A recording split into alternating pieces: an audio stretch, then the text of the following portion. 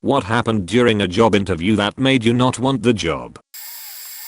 I prepared for an interview a few weeks ago, worked on what to say for a couple of days, and as usual got pretty worked up and nervous beforehand. I go to the interview where the guy sits me down and tells me this is nothing more than just a quick informal chat, and here's me in a full suit sweating miles off having prepared 100 questions/answers in my head. He then proceeds to say that I'm not suitable for the job I have applied for. He thinks I'm overqualified, but he is thinking about creating a different position in the company I can fill. I ask what the position is. He rambles for a good 20 minutes straight, no joke, about me filling a new job, but the job doesn't yet have a training scheme or any kind of official description/documentation. He wants me, as part of the job, to create the job's training scheme for the job I'm literally learning to do. I'm sat there confused as hell. He hasn't got any notes with him and is just improvising this entire job description where I, as a fresh graduate, am in charge of 38 people's systems on my own with no proper experience.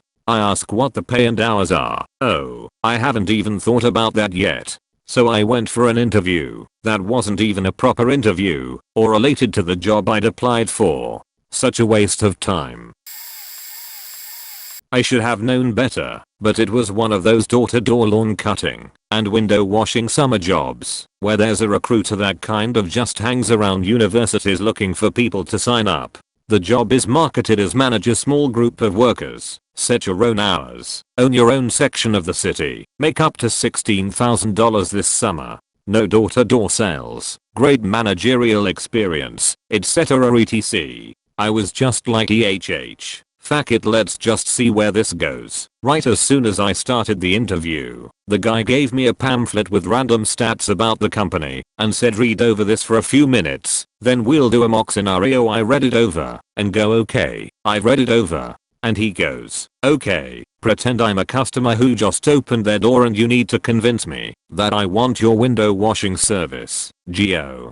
So I start panicking, fumbling the pamphlet, just reading off random stats. He then whispers make the sale. And I'm just like, so choose us to wash your windows. He goes, okay, looks like you've got the job. And then he gave me this giant contract. I brought it home, showed my dad, and he was like, yeah, this is complete bullshit and robbery. It says right here, if you're 1 minute late to work, you owe the company $80. You need your own transport. It's definitely a door-to-door sales. No guaranteed pay, no overtime pay, no guaranteed employees. You have to buy your own supplies. This is like a really bad pyramid scheme. The guy called my house asking if I was still interested, and my dad just grabbed the phone and reamed him out preying on college students. Fake promises, no website, no portfolio of work, bullshit contract. Stop harassing my son lol. I was a dumbass, but yeah, when he said in the interview I had the job, I was honestly like, what, really? I was wearing a suit, but forgot to wear dress shoes. I was wearing skate shoes LMFAO. I'm an accountant. I walked into this company for a job interview and knew something was off. It was on the 40th floor in downtown San Francisco. Had like 6 offices. Had 2 corner offices. Had a section of the office had 10 cubicles. Had a boardroom that can seat 14. Unfortunately had no employees. Just like 4. The president was an expert in his field at one time. Now he's old and should have been in a nursing home. He had 3 secretaries. These people were supposed to be servicing over 300 clients' money. How? Something was fishy as fuck. Turned out later I learned from someone that he was stealing money to finance his lifestyle, which at one point was extravagant, but he was at the tail end of his scam. He was borrowing money to keep it up. He was being investigated by the eyes. Someone blew the whistle, but eyes never followed up until someone reported him because he was essentially running a money management firm without a license. Then it all came down. By then, he was so old he couldn't stand trial. His secretaries pleaded we didn't know and been bleeding him dry by making him sign random stuff. He died one day. It was sad. He got away with everything. Stealing from people who most likely were stealing money from someone, may it be shady sources of money, to ripping off the taxpayer. I did dodge a bullet. I can answer this one. Worked as an announcer at a college radio station for 2 years, and then took a year abroad. The radio station had a great reputation on campus because it was one of the harder jobs to land, but because they received so many applications they didn't have much motivation to treat their staff well or pay them well at all, and the quality manager was a complete and absolute beach to the student announcers. Never recognized quality work and always hypercritical of them every time they went on air. The only reason they took the abuse was because they didn't know any better. Definitely overworked and underpaid. Some of the girl employees will cry regularly. Well, I got back from my year abroad and I had an email waiting for me saying they would love to have me back and if I wanted the job, to come by and say so. I thought I'll give them a second chance. Showed up and the quality manager greeted me with open arms and was beyond nice to me, asking how my year abroad was, etc. Well, as I answered her, she literally started correcting my word choice, asked me to project better, etc. Then she said I sounded like I had forgotten all my training and would have to go through it again and get paid a base pay rather than the pay I had when I left. This was all because I hadn't gone into radio etiquette during a casual conversation. I smiled and said sure and asked if Scott, the general manager, was around. She pages his office as we continue talking, and when he gets there I shake his hand and talk casually with him for a while, so he knows I'm not just in a bad mood, and then I plainly said with her standing right there, and while I would love to come back to this job and work for you again, I would rather die than work under this soul-sucking employee you've put as quality manager. The reason you have a problem retaining trained employees is her and her alone. If there is anything you want to do to help this station, it would be to replace her immediately. Then I bid him a wonderful day, shook his hand, and left. I got a call the next day from the quality manager apologizing, if she was too harsh, that she understood my feelings from the day before, and she offered me the job at the same pay as I had before I left, but I politely declined, and said all the money in the world couldn't make it worth working under her. First time I stood up for myself in a work environment and last time I was ever disrespected. First year of college. Had an interview for a great job with the DNR in Bemidji. It would have paid about $10 an hour. In a town where $5.50 was considered a good living wage by the bastards that knew that college kids would work for nothing. I went into an interview with 4 interviewers. The job was trail work in the woods. One of the guys kept asking me if I'd ever built a fence. I said, no I haven't, but I grew up on a farm and I can build just about anything. I also spent my winters in northern MN and did a lot of trail work there. He said again, but you've never built a fence? I said, no, but if I can fabricate anything as needed on the farm, I can figure it out. I've built boats for fun with my dad as a side project, so I know wood. I've framed walls. I've restructured log houses. I used to carry a chainsaw in my trunk so I could clear the road on my way to school. I've done more trail work than most people. I know how to build a fence. I've just never needed to do so. He said, so you can't build a fence? I completely lost it. I stood up and got in his face and said, listen, give me wooden tools and I will build you a goddamn fence right now. Let's go outside. It's not hard to build a fence. Get up. Let's go. Where do you want it? One of the other interviewers told the dude to drop the subject and ask me to sit down again. At that point I realized that if that dude was my boss, I would not be able to handle the job. I did not receive a call back and I wasn't upset about it. Being headhunted from my then current job as a manager in a small but busy and successful cafe to work for this large, posh hotel. They phoned me and said that they had found my stored CV online, which I hadn't removed since finding employment, and that one of their board members had been impressed with me as a customer in the cafe. They offered me an interview and a job with potential to move up etc. point, and that I'd be starting as a restaurant manager on great pay, benefits etc. It sounded great, and being quite pleased that I had just been headhunted for the first time, I went along to the interview, which was within the restaurant I'd potentially be working. I turn up in my best suit and this guy comes to interview me wearing jeans and a polo shirt. Very shortly into the suspiciously informal interview, the guy says to me, look, the job is yours. I can get you a uniform and you can start whenever suits. At this point I'm like, what do you mean uniform? And he points out the waiters and waitresses walking about in pinstripe shirts with huge long aprons. I asked what he meant. I was asked to come here because of my managerial experience etc. Guy replies, yes, potentially in the near future, but you'd have to start out on the floor first. I thanked him and went home. Told my boss about it, and he gave me a raise. When I left that job around a year later, he put an extra £250 cash in with my wages and threw a leaving party in the cafe for me. Told me to invite all my friends and family, and it was a free bar all day and night. Best boss ever. So glad to have worked for him. It was doing a corporate behind the scenes kind of role for a shoe company. I wore their shoes. I had some in the back of my closet, and a corporate looking simple black dress and black jacket. This is important to note for later. I didn't look offensive. I looked respectable for the role I was applying to, and the outfit showed their shoes. So I get into my interview. It's with a brother and a sister who control the brand, since their granddad passed it down to them. We go through the normal questions. I pull up some numbers and campaigns they've run, and discuss it with them as well as a vision for their future. Then out of nowhere, the brother says, "But you're not a fashionista." He practically spits out the last word. I'm really taken aback, because I don't need to be in the role I applied for. You don't have a fashion blog, how can you understand fashion? And then he goes on a mini rant about how can I possibly understand their brand. I knew it had tanked at this point, and it wasn't an industry I normally work in, so I took a risk and decided to burn future bridges. I took one of my pumps off and waved it in there. "What is this thing?" I said dramatically. "Does it belong on my feet? I don't understand. Is it feet clothes?"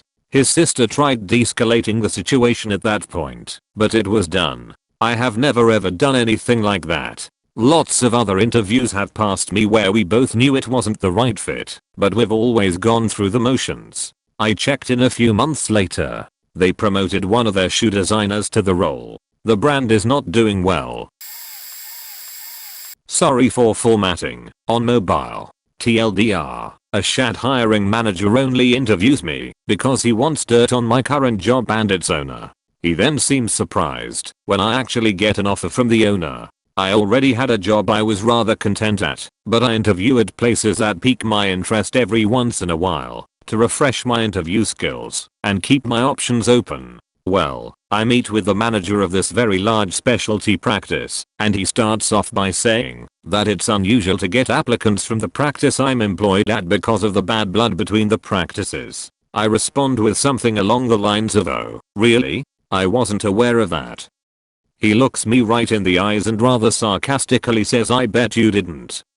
Obviously that kind of put me off of him, but I figured I'd give the hospital a look around and see if anything felt right. Strike one. He gives me a tour of the hospital. Everything is very new, sleek, and modern. They have beautiful equipment, a fantastic lab area, a good amount of staff. However, something still isn't sitting right with me. Finally the tour gets to the good stuff, a very specific set of machines that are known in this field to be the golden standard of patient care. This is what drew me to this practice, so I was extremely inquisitive. When I started asking questions, the manager immediately became irritated and stated that my questions were irrelevant because only one person operates these machines, and that is me. These are my machines and they require special training. I was taken aback by his comment, since he was well aware I have had extensive training and education on these machines, but the practice I was currently at only had room for one. He even went as far as to say that I probably wasn't doing it right, since he has seen some of our work with patient referrals.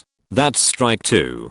Finally, we make our way into their conference room, and he sits down and says the owner will be with us soon. He goes over my resume and asks a few questions, pretty standard stuff, until we get to my current employer. He asks how my boss is doing, to which I reply well.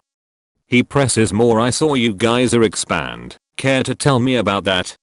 This was the point I became irritated and replied to him, "Is this an interview about insert practice name here, or is this about me?"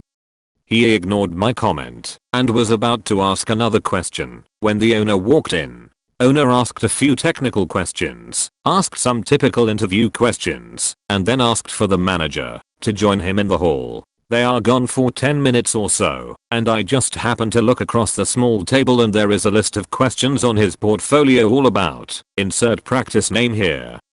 I felt like such an idiot. They were using me to get dirt on my current job and that was the final straw. Finally, the manager comes back in, looking rather surprised, and says that the owner actually liked me and that they wanted to give me a job. Obviously I didn't take it, and the only person that knows I interviewed there is my best friend and my so.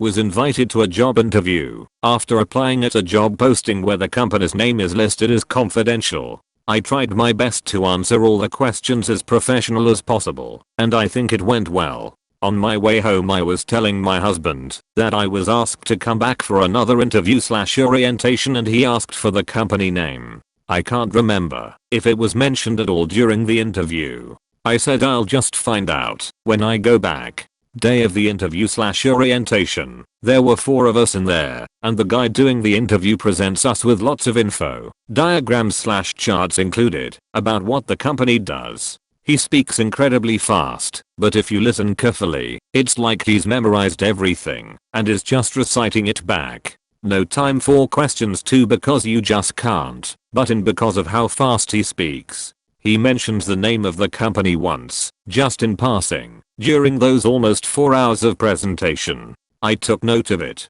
By the end of it all he asked us if we are willing to start on Monday, December 24th, and we all said yes, but of course I'm still not convinced as I wanted to Google the shit out of this company first. I go home, check the company online, and find out that it is always reported as a scam. Like people who work there would target seniors and sign them up for this additional step in energy consumption and poor folks would get confused as they are promised that signing up would make them pay less than their usual power bill, but would get billed for subscribing to the company's services, cancelling out the savings and sometimes ending up costing more.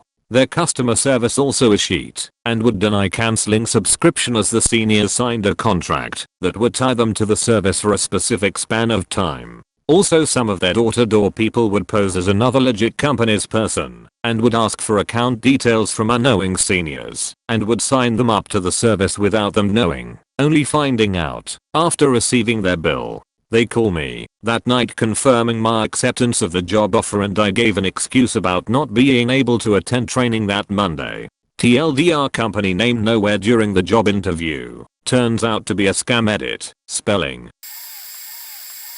Interviewing for a head chef gig with a married couple that owned the place. Honestly I didn't like the vibe of them from first introduction. One was a bit too charming, like really trying too hard to be liked kind of charming. The other was kind of the opposite, sort of surly and sort of unlikable initially. I was told that they can hardly ever keep employees longer than a few weeks aside from one cook and their children. They told me that they were losing money left and right. The place was also dead on a Thursday night. Not too long into it, I decided I did not want to work there and excused myself for a cigarette. Figured I'd go for broke with the not hireable thing and return with a pint of beer and a whiskey. Didn't even phase them. Ended up accepting their offer after they bought a second round for me. Worked there for a little bit while discovering why they can't keep employees. Some examples. Searched employees on the way out because it's industry standard. When asked about it, they said their daughter's other employer did it every shift. When queried further, the girl worked at an expensive retail chain. Allowed their children to screw up and then put the blame on an employee not related to them. I totally saw your 14-year-old bartender son do that. Nope, don't need my eyes checked. Would regularly lie on their menu and blackboard regarding what it was that we're serving. Berkshire Heritage pork Myers. Regular screaming rampages. There were a few more things before I left for greener pastures. Oh man, I work in a field that's so screwed up right now. The person interviewing me told me they needed someone who wouldn't question the salary and would stop trying to do so much creative thinking and problem solving, but instead just do what they were told in a job where lots of creative problem solving was pretty much required. Had a dude yell at me because I told them my preferred salary range, well within industry standards. Had a potential employer last year make me take this weird, outdated tech test. I was supposed to know how to use Excel, but it would consider a question wrong if you used a keyboard shortcut instead of clicking through the menus. I haven't used some menus in so long I didn't know where stuff was, which was considered a wrong answer if I had to click more than once on the wrong menu. Then they had me look at a non-standard profit and loss and none of their own numbers made sense, but they still expected me to do it. I have no idea if it was some insane stress test, but it appeared to be legit. They contracted with a company that they paid for this testing, and it was for a mid-level management position. Not in my own industry, but in another one, interviewed as a sort of project manager associated position, and when I arrived at the decently sized startup, they told me they needed a mom to hold the hands of their temperamental top performers and make sure they showered, slept, etc. I mean, they needed a therapist on staff, but I was okay with it. But they wanted to pay me $12/HR and wanted me to be available on call 24/7. I ended a long-term partnership with a former client when he wanted me to market and sell a complex, clunky, and horrifically outdated tool with a huge membership fee that included information available with a single Google search. Had a non-profit board tell me that if I wanted the job, I'd have to work unpaid for 2 months as a trial period. I told them in the nicest way possible that unfortunately we'd have to figure something else out because it's illegal. They, of course, thanked me for the info, but said they'd hired all their other leadership positions that way and they'd keep doing it. A dude's dog tried to lick me through the entire interview, and the guy got pissed when I tried to push the dog away.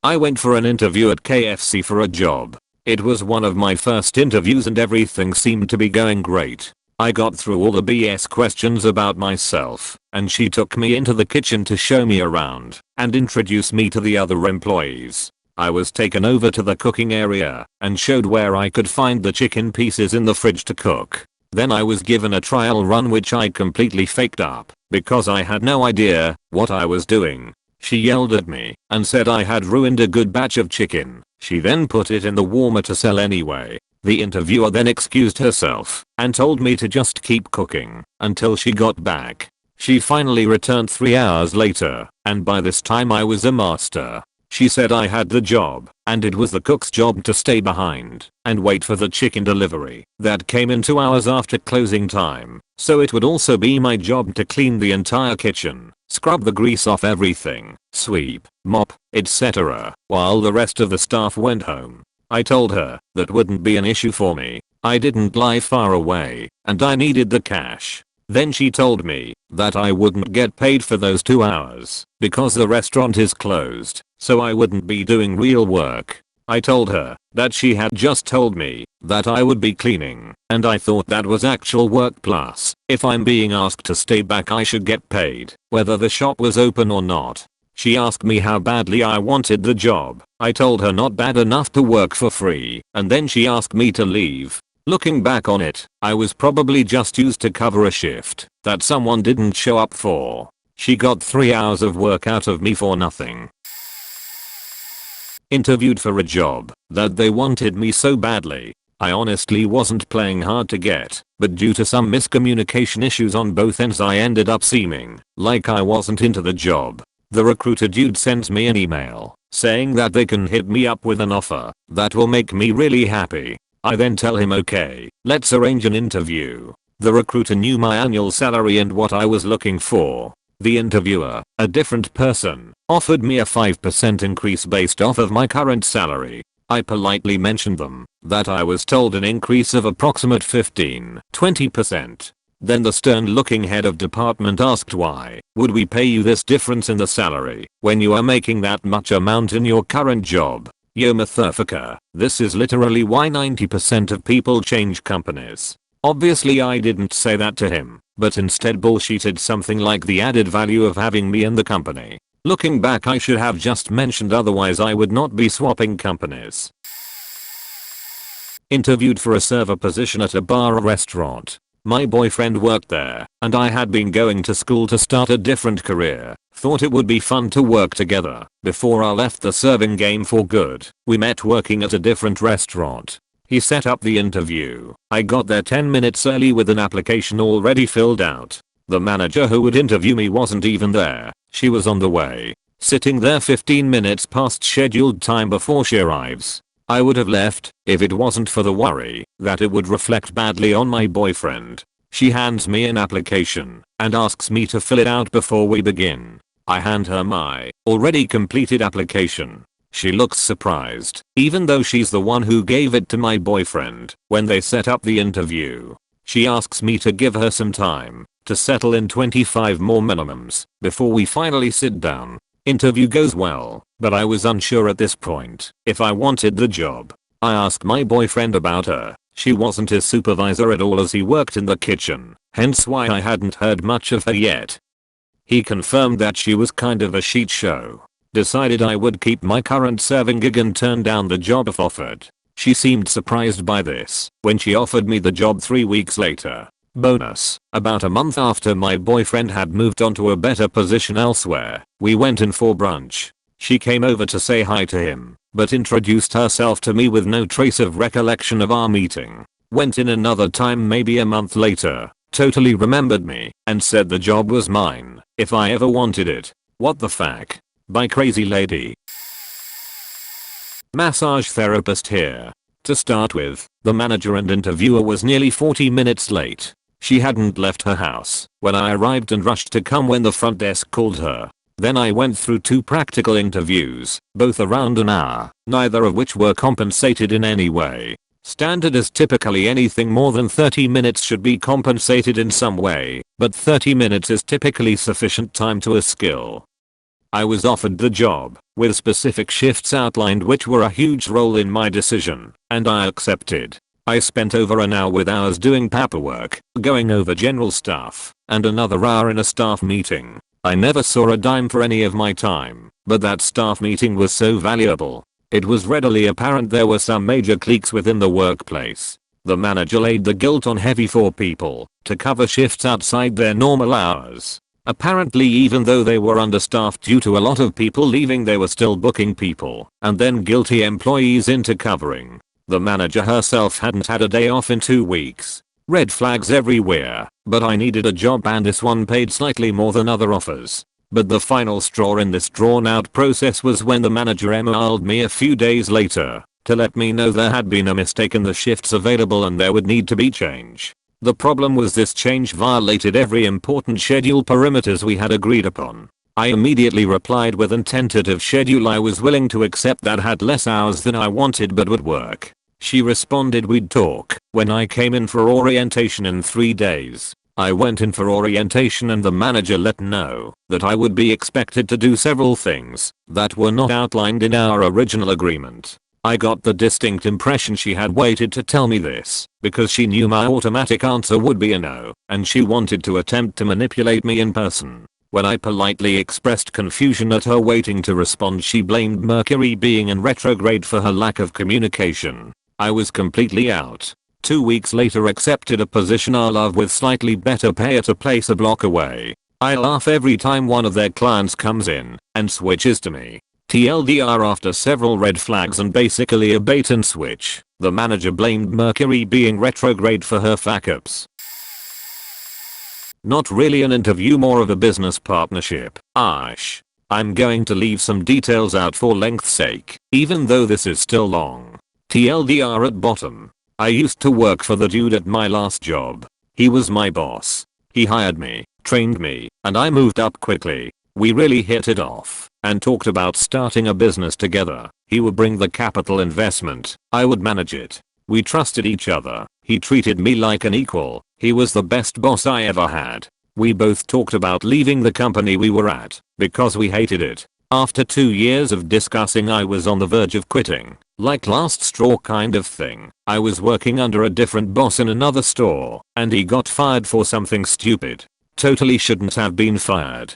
That was the straw that broke me and I quit. He hit me up a few months later saying he started a business. It's just him right now and he could use my help. I was excited. Finally this was in motion. I should preface this with the fact that we wound up becoming friends that worked together in the last job. He was still my boss, but never acted like it. We spoke outside of work. I gave him relationship advice when he would call. He would respect me and never talk down to me, always talking to me like a friend.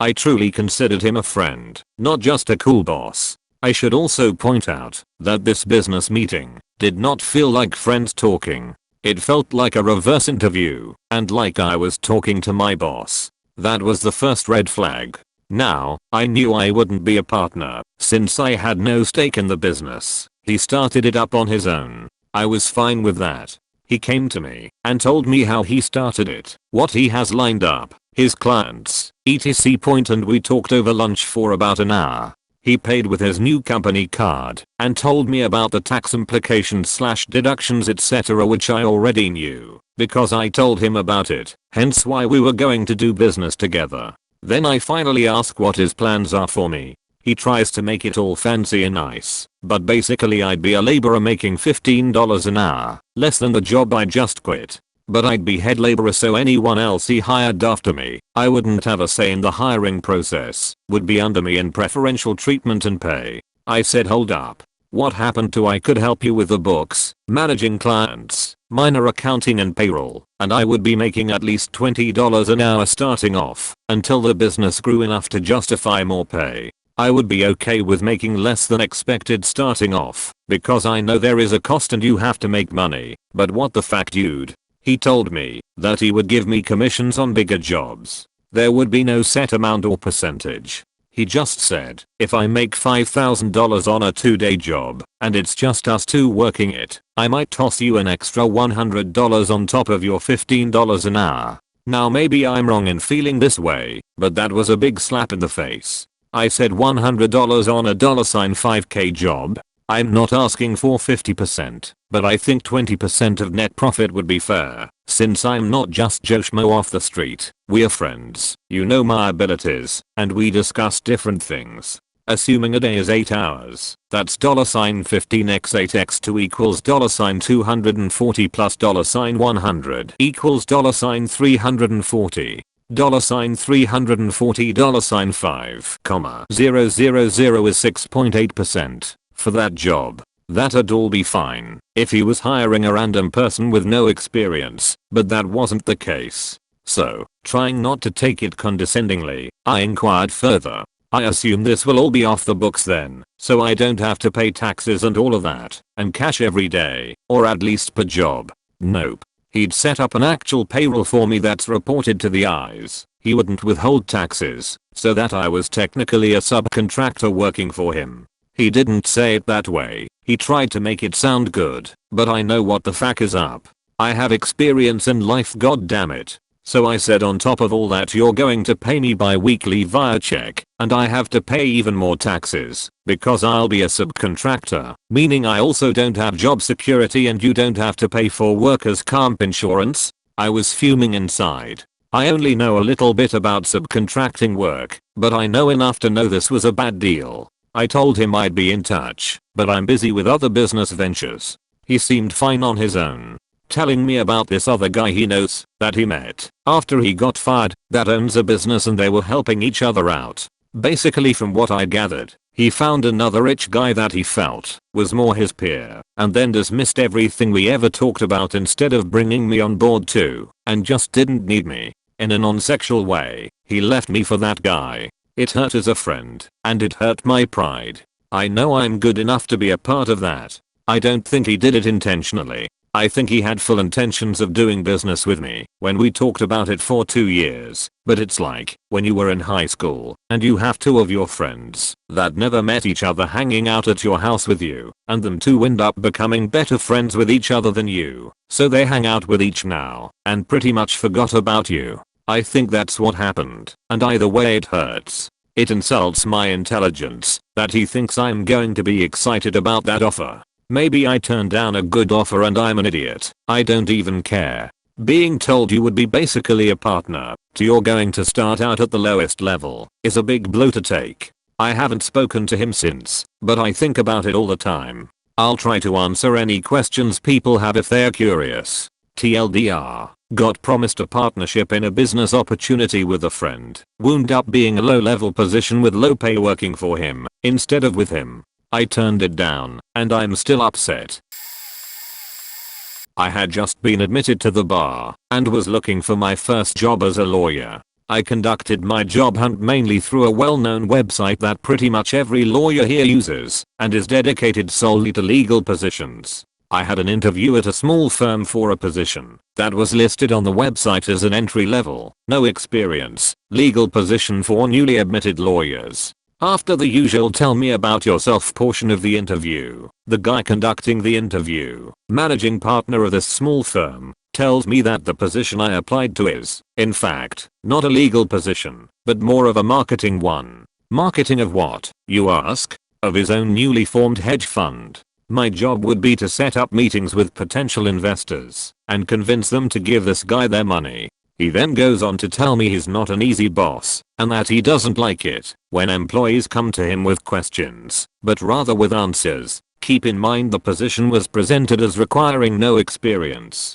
Throughout the interview, the guy seems generally obnoxious and giving off a very strong terrible boss vibe. So at this point I'm pretty much done and ready to walk out the door and prepare for my next interview. The guy then asks me what kind of pay I'm looking for. I reply with a sum that's about 15% higher of what is reasonable for an entry-level legal position, which is what I was actually looking for, because I don't really want the job, and the guy snaps at me and goes, "Are you serious? Do you know how much people like you are worth?" To which I reply, "I know how much people like me settle for. I know what I'm worth, which is what I'm asking." He seemed impressed with my answer, but never got back to me, for which I'm thankful.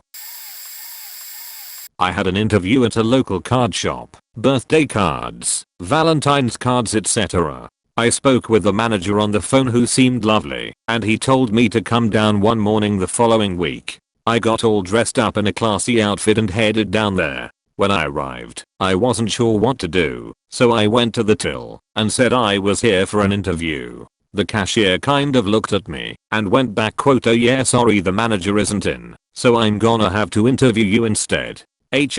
Instant red flag when the manager couldn't even be bothered to turn up to interview me. The guy took me upstairs and was making comments like "I've never actually interviewed anyone before, so I'm just gonna go with it." He asked me loads of questions that really didn't seem relevant to the job, and when I tried to be professional asking him questions, what hours would I be doing, and what is a typical day like, he couldn't answer most of them and just kind of laughed it off, saying he was "tired." He told me someone would be in touch in a few days, regardless of if I got the job or not. No one ever contacted me, but I was pretty relieved. Seemed like such an unprofessional work environment. Thankfully I found a job that was way better suited to me not long after. I got a phone interview at Next, UK clothing shop. I'm pretty desperate for a job, so I applied to every store near me. They phoned me earlier and were like, "Hey, you were successful. Can we set up a phone interview for Thursday at noon?" So I of course accepted. Come to 12:05 on Thursday, they haven't called. I figured that they're probably late. 12:20 rolls about and they haven't called, so I thought that I should just phone them instead. I phoned the number that phoned me originally and my call goes straight to their office. For about 3 minutes the phone rang until I just hung up and called again, this time just going to the shop floor. Someone picks up and they're like, "Oh hello, what can I do for you?" And I say that I'm calling about a phone interview. They ask for my name and say that they don't have anyone in their forms for that name. I apologized and said it must be for another store near me. I thought perhaps they shared the same offices because they are so close, and they laughed and transferred me over to that store. Except they never transferred me properly, so I was waiting for about 5 minutes for them to put in the right extension or something, and I just gave up and googled the number for the other store. I phoned that number and it was for a plumber business. Again I apologized and this time went to the Next store tracker online. I phoned up the number on their website and it brought me to a complaints line for some reason. I said, "Hey, I was meant to be called for a job interview and they just transferred me to the store directly." I got transferred to their office and I find out that our recruitment person had a dentist appointment and so they weren't in and that they would phone me later. At this point, it is 1300 hours 1800 hours rolls about, and I get a call from the hour person and they apologize to me, but say they haven't started interviewing for the roles yet, and apologize and say I'm really sorry but it must have been another store. She laughs and says it's alright, and she hangs up. In the end, the 10-minute phone interview turned into a 6-hour annoyance, and I never had the phone interview. I got an automated email saying how it was nice to speak to me, but they couldn't progress further. I found out then that the phone interview was for the store I originally called. Startup tech company. The interview was at a local hotel, but this was during a job fair, so it wasn't that unusual for companies to rent out the conference rooms. However, I got there and was told the interviews would start in the restaurant. Cool, a free meal, even if I don't get the job. I was me and about 8 people who proceeded to brag about how great the company was. They barely asked me anything, just kept telling me how great a fit I would be for their team. It came across as really desperate. I had already eaten, since it wasn't clear that this was a dinner interview and I just picked a salad off the menu. But that wasn't acceptable. They ordered a $80 fillet for me and an expensive bottle of wine. I barely touched any of it as the rest of them got hammered. Like, each person drinking at least a full bottle in only a couple hours, including the CEO. They were almost making a point to get sloppy and drunk, telling me it was like this at the second round of interviews was to be up in their hotel room, where they mentioned they had cocaine and some other drugs. But I politely told them I had places to be and left. I got an offer for way more than I deserved, and got calls for the next couple days asked if I wanted to come out and party with them. Honestly, it seemed fun, but really sketched me out. Why were they trying so hard to recruit a recent grad who was totally unqualified as a senior tech lead? From what I gathered, they got funded based on an idea more than a product, and didn't have any engineering team to actually make it work. They burned through all their capital and shut down about 2 weeks after I would have started and would have moved across the country. So I'd say I dodged a bullet. I was interviewing internally for a new position and was told that there would be 2 of my potential supervisors and my current supervisor on the interview team.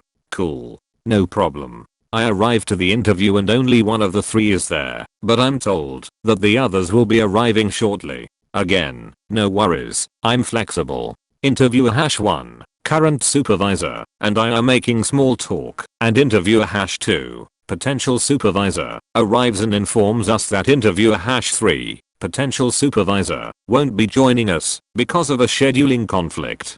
Fine. Let's do this. We start the interview and interviewer #1 is quickly called out of the conference room to answer a question. I'm feeling a little discombobulated, but not worried, since all of us have worked together on various projects throughout the years. The interview continues for a while with interviewer #2 when he is called out of the conference room. Seriously? At this point, I'm the only one present for my interview, and I'm thinking to myself that this is one of the most unprofessional interviews I've ever had. Recently, the company had been having quite a bit of trouble hiring and retaining qualified candidates, and now I understood why. After a few minutes, interviewer #2 returned, apologized, and we picked up where we left off. Interviewer #1 returned shortly thereafter, only to be called out of the room again. I'd had enough. I felt completely disrespected and had lost considerable respect for these 2 individuals. I ended the interview by telling interviewer #2 that if this was the way business was conducted I wanted no part of this new position and I'd happily stay in my current placement. Apparently word of this got around to their supervisor who apologized to me for this circa 6 years later. None of the 3 interviewers are employed with my employer and things are going much better. TLDR, members of the interview team kept leaving the room/interview to deal with other things. I ended the interview early by telling them they could find someone else. I didn't want it. This wasn't an interview yet, but close. I went to a local bakery to fill out an application. The owner said that if everything seems good enough, that she would interview me on the spot. She was desperate for employees, but wouldn't say why. I was halfway through the application when this black chihuahua bolted out of the kitchen.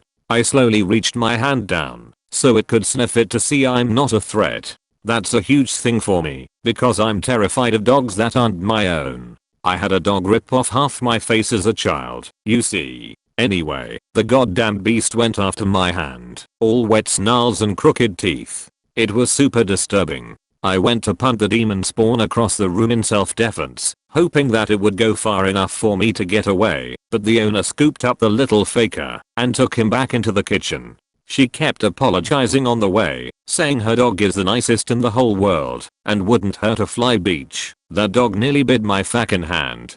There's no way that it's nice. The girl behind the counter looked at me and shook her head.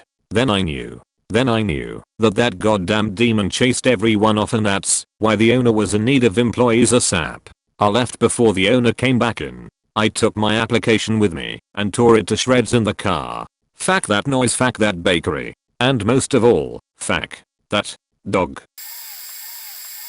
Probably will get buried, but here it goes. I guess I learned during the job what I should looked for as warning signs. During the interview, when the interviewer said that I'm free to leave the job if I didn't like them, me being a dumb 19-year-old thought she was being funny, so I was like, how funny, nice sense of humor. But later on, the mental and emotional abuse started, and I was out by week 2. Thanks for letting me know. The environment was one of the most toxic I had ever been in. The interviewer/manager was one of the most demeaning people I had ever met. I had her experience before this job and was seeked out this job as a way to learn new skills. Here is an example of her crappiness. I was carrying out a procedure that I had done a million times before in my old place and was explaining to her a trick I had learned on the job before. This was just to make small talk because she had the conversational skills of a dead donkey, and I was trying to do the break the ice thing many do during the first couple of weeks. She immediately responds, don't give me tips, just do your job and do what I tell you to do. Okay. So I soldier on till the next week, and this is what made me quit. I was finally learning something new and was about to grab my notebook, and she goes on a rage fest for no reason. Manager, just do what I tell you. You always stare here and there, never pay attention. You can't do anything.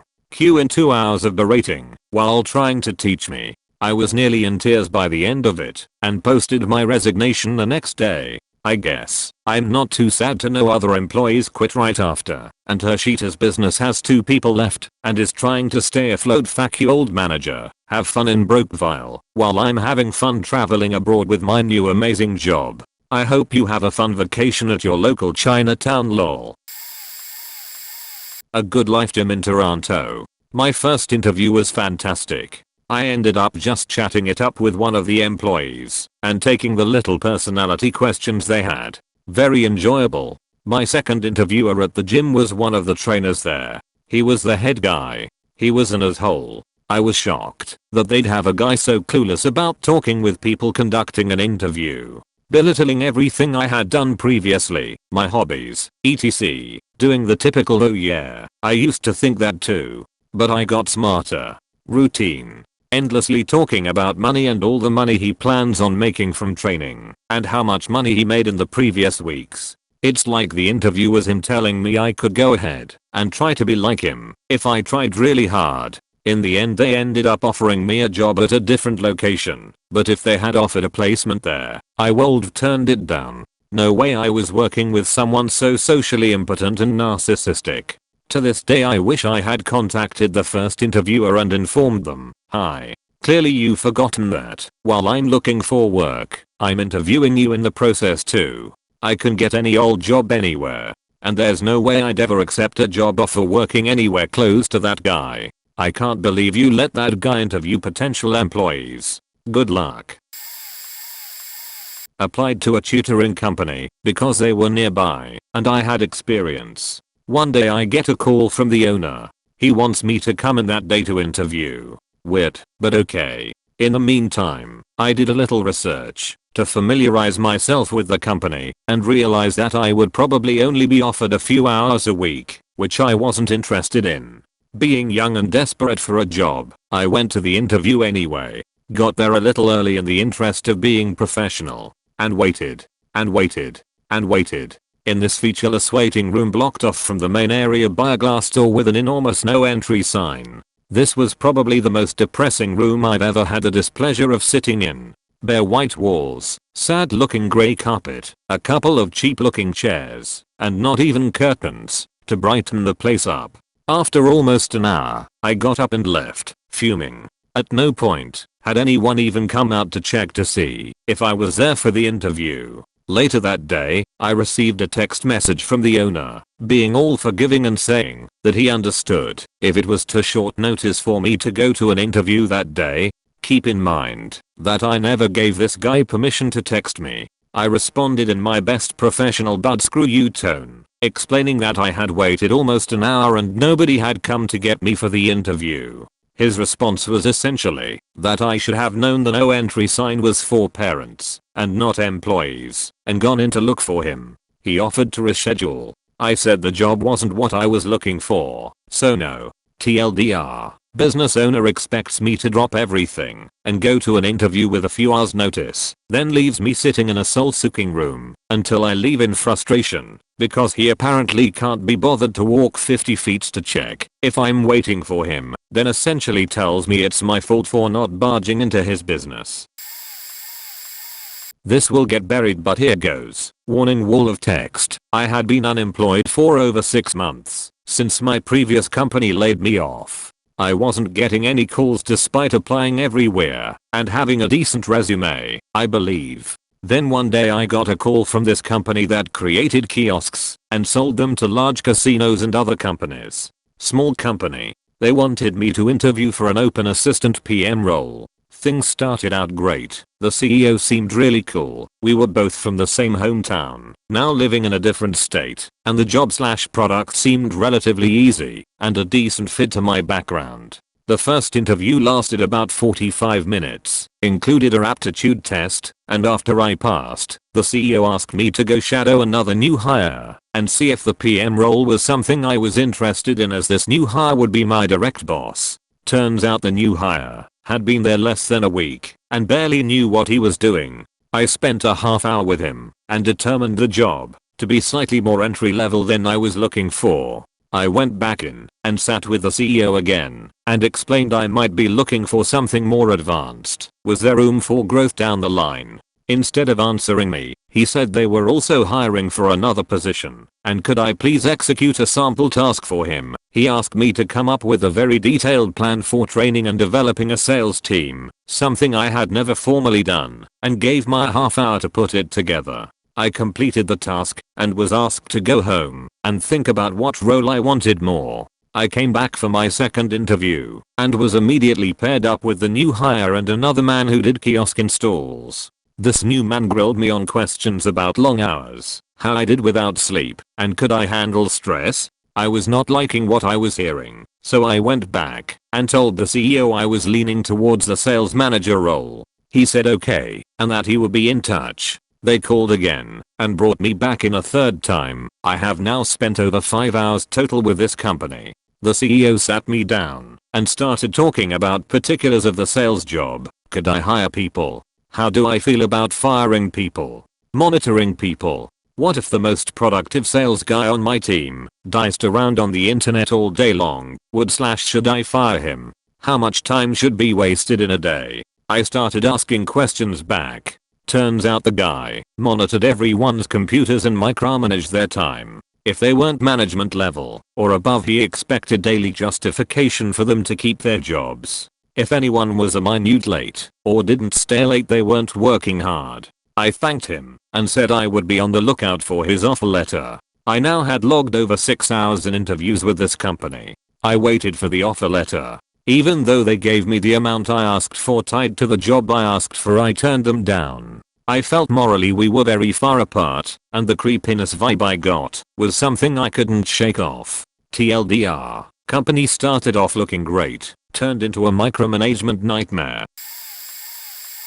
Sat through an interview where the interviewer started by cutting my legs out from under me with my work experience. I had 6 years experience in it and was applying for something akin to a sysadmin position. After enduring him literally breaking me down to nothing, then pulling an R sheet "I was just joshing you," he informed me that he had a different position open that he'd be willing to offer me. So far so good.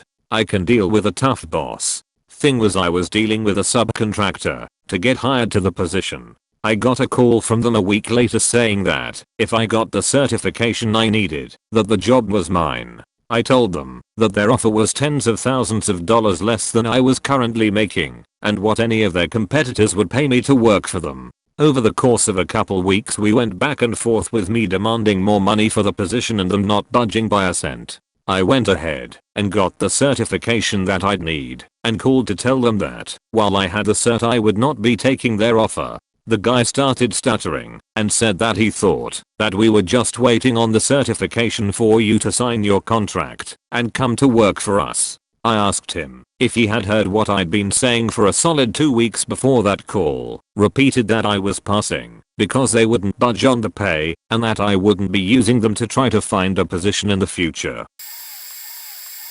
Not really a job interview. Well, kinda sorta. It was more than full time, more labor than study, and we were effectively paid for the work, since it was stipended. But when I was interviewing for doctoral research programs, one of the programs, the one I was most excited about, flew me out for an interview that made me do a complete 180 on the program. There were a few other issues, but the deciding moment came during a meeting with the existing graduate students. It's pretty customary for departments to set aside time for prospective students to speak with the current students without faculty present, but it felt strange from the moment we walked in. All of the graduate students were talking to each other like they had barely met. They were asking one another where they lived, who they were working with, etc. And that can happen with busy grad students, but this was a small department. One of the prospective students asked what the social life of the department was like. What did they do outside the office? Did they get together often? Did they organize anything? Did the department get together? Did the labs organize anything? Were there any particular bars or coffee shops, or whatever where they tended to congregate outside the office? That sort of thing. Reasonable questions. The graduate student who responded said, extremely condescendingly, I don't know where you're from, but this is a big city. One of the nice things about living in a big city that you're going to learn is that you don't have to be friends with people just because you work with them. I'd like to be friends with my colleagues, please. It was my first interview and visit as a prospective student, and after that meeting halfway through the first day, I was absolutely sure I wasn't choosing that school even though it was probably the most prestigious among my options. This was all the same company, posted an ad requesting me to submit my resume/transcripts, and then scheduled an interview requiring me to use a leave and go to their office to submit the same documents, but in printed form. They then scheduled the actual interview on a later date. Constantly scheduled interviews at 8 AM and then would end up meeting me at 1 PM, thanked me, told me the interview was over, then texted me when I was halfway home to ask why I suddenly left their office. The job description they gave me during the interview completely contradicted the one on the job posting. Summoned me back for a second interview just to tell me all the reasons I will not want the job. Told me I might not be fit for the job because I was dressed too formally. I was wearing the same outfit as the interviewer. Made me bring all my transcripts printed on A4 paper for every single interview, only to have me handwrite all that information on their application form every single time. Asked me when I could start, when I never received a formal job offer. Told me that I should start going to church because my prospective supervising manager likes to pray for 30 minutes before starting a project. Demanded I gather 22 different requirements and submit them within one working day. Assigned me a starting date without even offering me a contract or waiting to see if I accepted the job offer. Only scheduled a contract signing. When I asked why a contract wasn't being offered, only offered me half the salary that was posted in the job listing. When during the first interview I was told I would be offered more than my asking salary because of my work experience, I turned them down. By the first interview I knew I wasn't going to work in that shithole, but I just wanted to see how far I could get in the hiring process. When I was interviewing for my first full-time position out of college, spring/summer 2016, and I was interviewing with the owner of a somewhat well-known but past its prime company that his father had started in the 80s. I had graduated less than 2 months prior and he asked me, why don't you have a job yet? I had a job waiting for me when I left college. First of all, don't put down a prospective employee by comparing their struggles to your successes. Second, your dad founded this company. You may have had a job lined up after college, but you walked right into your current position. Third, the job market is nowhere near like it was when you graduated. Fourth, you're clearly so out of touch with reality because I had graduated 2 months prior and employment numbers were showing that it takes 8 to 10 months for the average grad to find full-time employment today. This was a full-time online writer/blogger for their website. They required that I show up in person Monday, Friday, and be ready to unload the trucks as shipments come in at various times throughout the day. The owner basically said that nobody ever leaves on time and it's essentially a requirement to stay late. The funny thing is that he kept saying we needed this position filled yesterday and he wanted 7 articles per week. I checked back in about a year later and saw they were averaging 1 article per month. He wanted 7 per week. Now, 2 years later I checked back on their website and they conveniently no longer show the date of publishing for their blogs. He asked me to send some writing samples after the interview. I politely declined.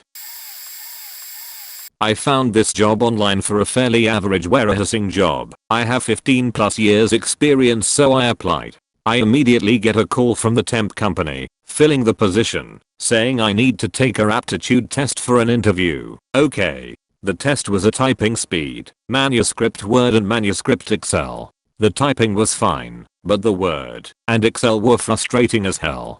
They had extremely specific ways to do things, and things like keyboard shortcuts or alternative methods weren't allowed. It was basically a flash game where you had to do specific things to pass. Anyways, I cheated the hell out of it and still barely passed. Met with the temp company and they set up an interview with the real company the same day. Drove across town to make it to the interview and was greeted with 2 very sweet elderly ladies. We hit it off. They loved the fact that I was still in school and wanting to work. There was like a weird grandson/grandmother vibe, but I just rolled with it. Anyways, average job for a company that shipped out screws. They tried to sell me on the job by saying they had ice cream Fridays. Even the pay was on the low side. Whatever, I was offered a job and I took it. I went home and had to send my resume and application to their home office, out of state, so they could get the paperwork going. As soon as I did that, I got a call from a different headhunter person that offered me a job 5 minutes from my house and only slightly less money. The other job was a 25-minute drive, so I took that.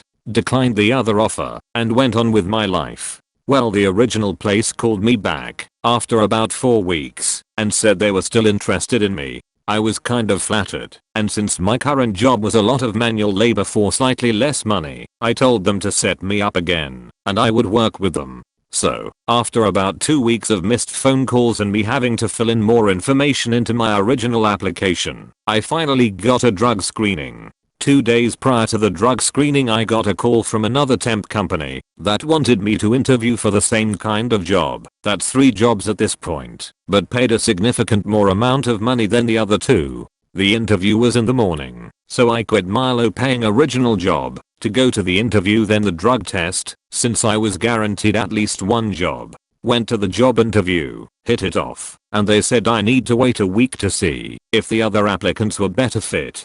So while I waited, I went to the drug screening for job 2. Well, the drug screening was a physical and a drug screening. Passed the drug screening, but failed the physical because my blood pressure was too high. I have high anxiety, and they said it was too high for me to even take the physical lifting portion of the test. I need to be put on some kind of medication to lower my blood pressure so I could take the physical test to put screws into a box. I got a call from ours, job 2, saying that they were waiting for my results so I could start working. Explained the situation and mentioned I had no health care to even seek such medication. 2 days later, I got a call from job 3 saying I got the job, no drug test/aptitude test, and that I could start tomorrow. Called job 2 and said I was out. Even if no one reads this, I've always wanted to get this typed out. So here's how the jobs broke down. Job 1, $13 an hour to do mindless warehousing work.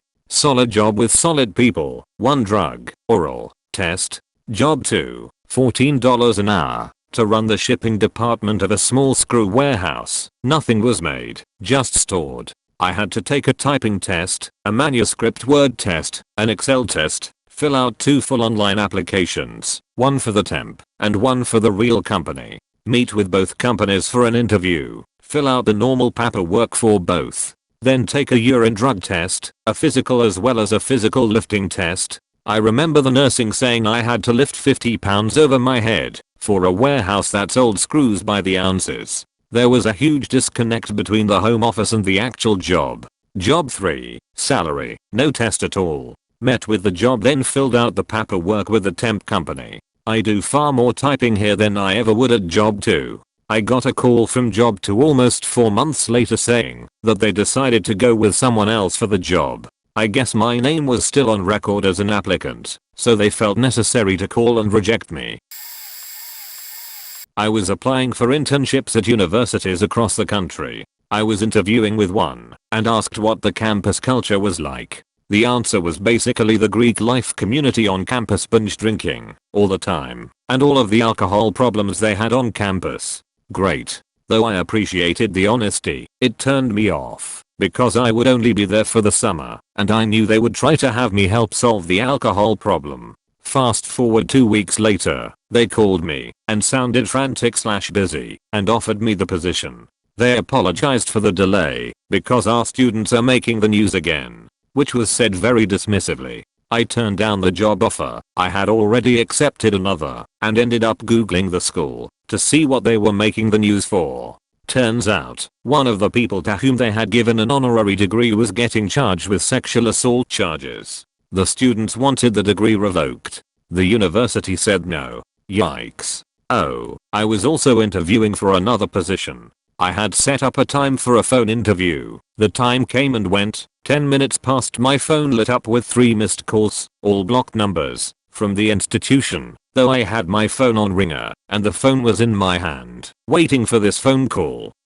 The voicemail left was well, pronoun verb noun, this clearly is not a good time for you. Turns out, the office number always is a blocked number. Why? I don't know, because it's a public office in a public institution. I rescheduled the interview after getting the rude voicemail from someone who is supposed to be a professional. I didn't want to, but figured why the hell not. The same thing happened for the rescheduled time, and another incredibly rude voicemail was left for me. It was wild. I once interviewed for a position supporting the new audio-visual equipment in a recently built nursing school. I have experience and educational experience, and the interview went really well. I ended up meeting the team and talking for a long time with the manager about some of my ideas, experiences, things I thought they may be overlooking. It was told I would hear back by the end of the week. 3 weeks go by without hearing anything. Then I get a call from someone in hours. They ask if I can come in a second time.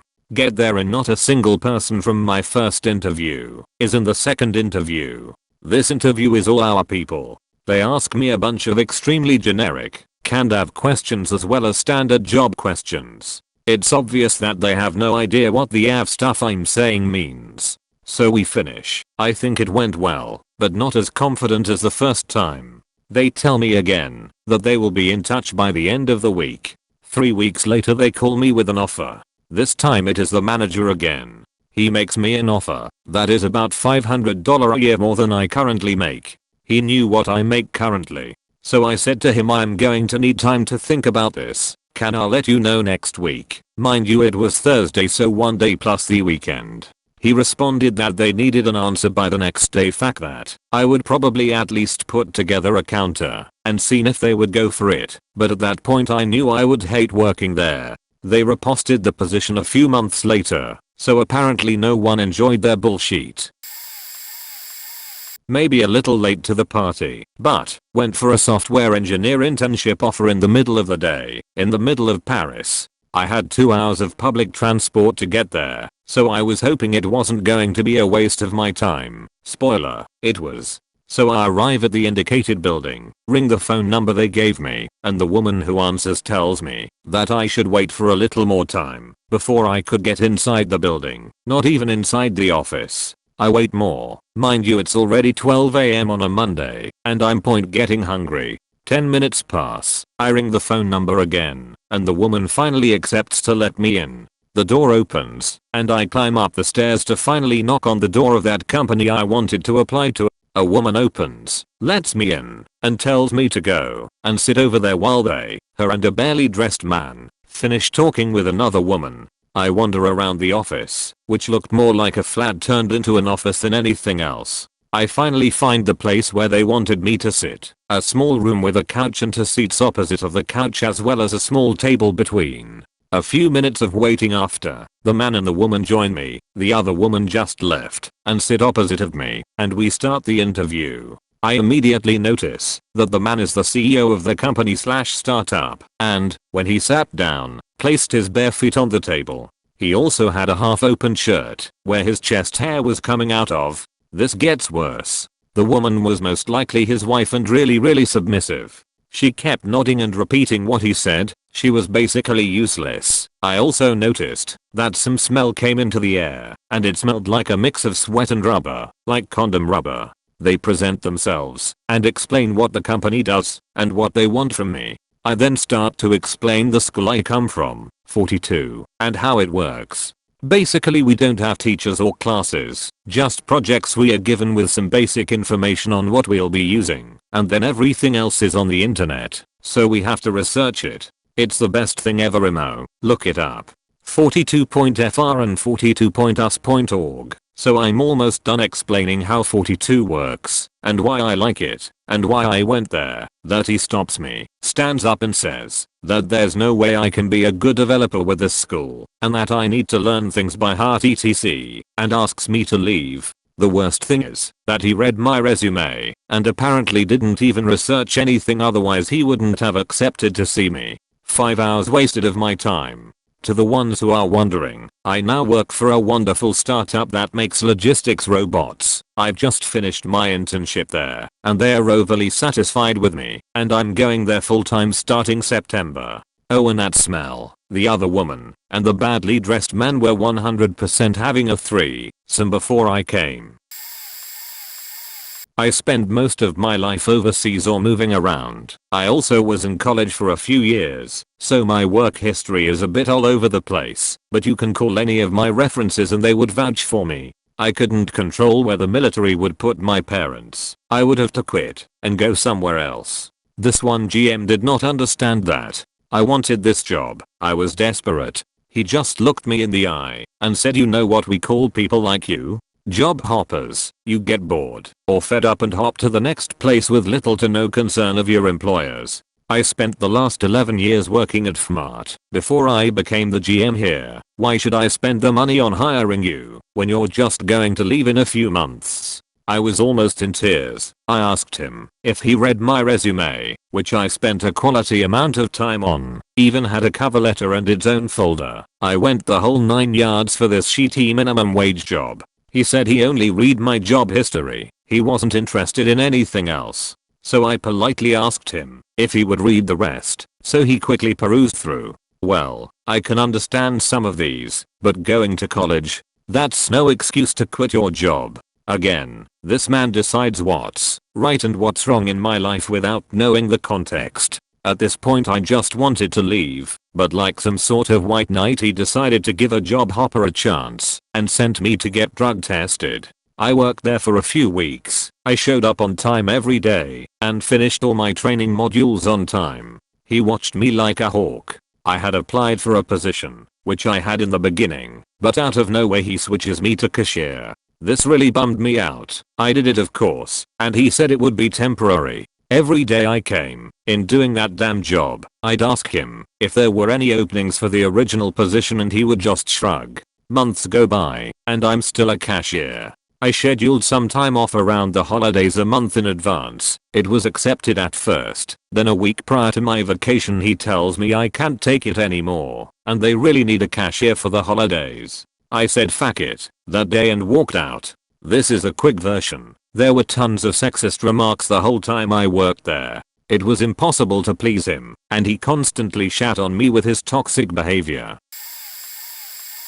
At Google I was interviewing for a managerial position. 5th round interview. Flew me out. etc. etc. At some point during the interview I start discussing how important communication and people are, because other people will have different skill sets, and by bringing those skill sets together harmoniously you can accomplish far more together than you could ever do collectively if you were each working individually, and that is what makes a program thrive. The way you get them to work harmoniously is through motivation and communication, which requires understanding each individual. So I stressed the importance of being able to empathize with and understand people in order to lead them, and discussed how I love that aspect of the job. To paraphrase Ender's Game, to know someone is to love them. Interviewers look at me funnily and ask me, so do you think I'd be better suited for a role than ours? No. A friend of mine took the job, and it was then that I learned most people were either miserable but loved saying they worked for Google, or were miserable sheets. The culture was really insular, and so you towed the line and never said no to an assignment because you were supposed to be the best cause Google, even if you didn't know what the fuck you were doing, like trying to hire a manager, but you always had to act like or believe you did. I had an interview for an entry-level CNC operator position at a cabinet company. I had learned a bit about CNC machines and was excited to maybe learn a bit. The ad even said, "We'll train." I get there, talk to a manager. He's foreign, has an accent, but everything's going great. Very friendly guy. Then, midway through the interview, another guy comes in. "This is my brother. This is who you will work with." It all goes downhill from there. Tell me, what programming languages do you know? I know a bit of Python, but I've been learning G-code, the code used to tell a CNC motor where to move to, in my free time to better know how to operate a CNC machine. No. Programming languages, Windows, Apple. Okay. I have experience with both. Okay, now, you must understand. With me, you get one mistake. No more.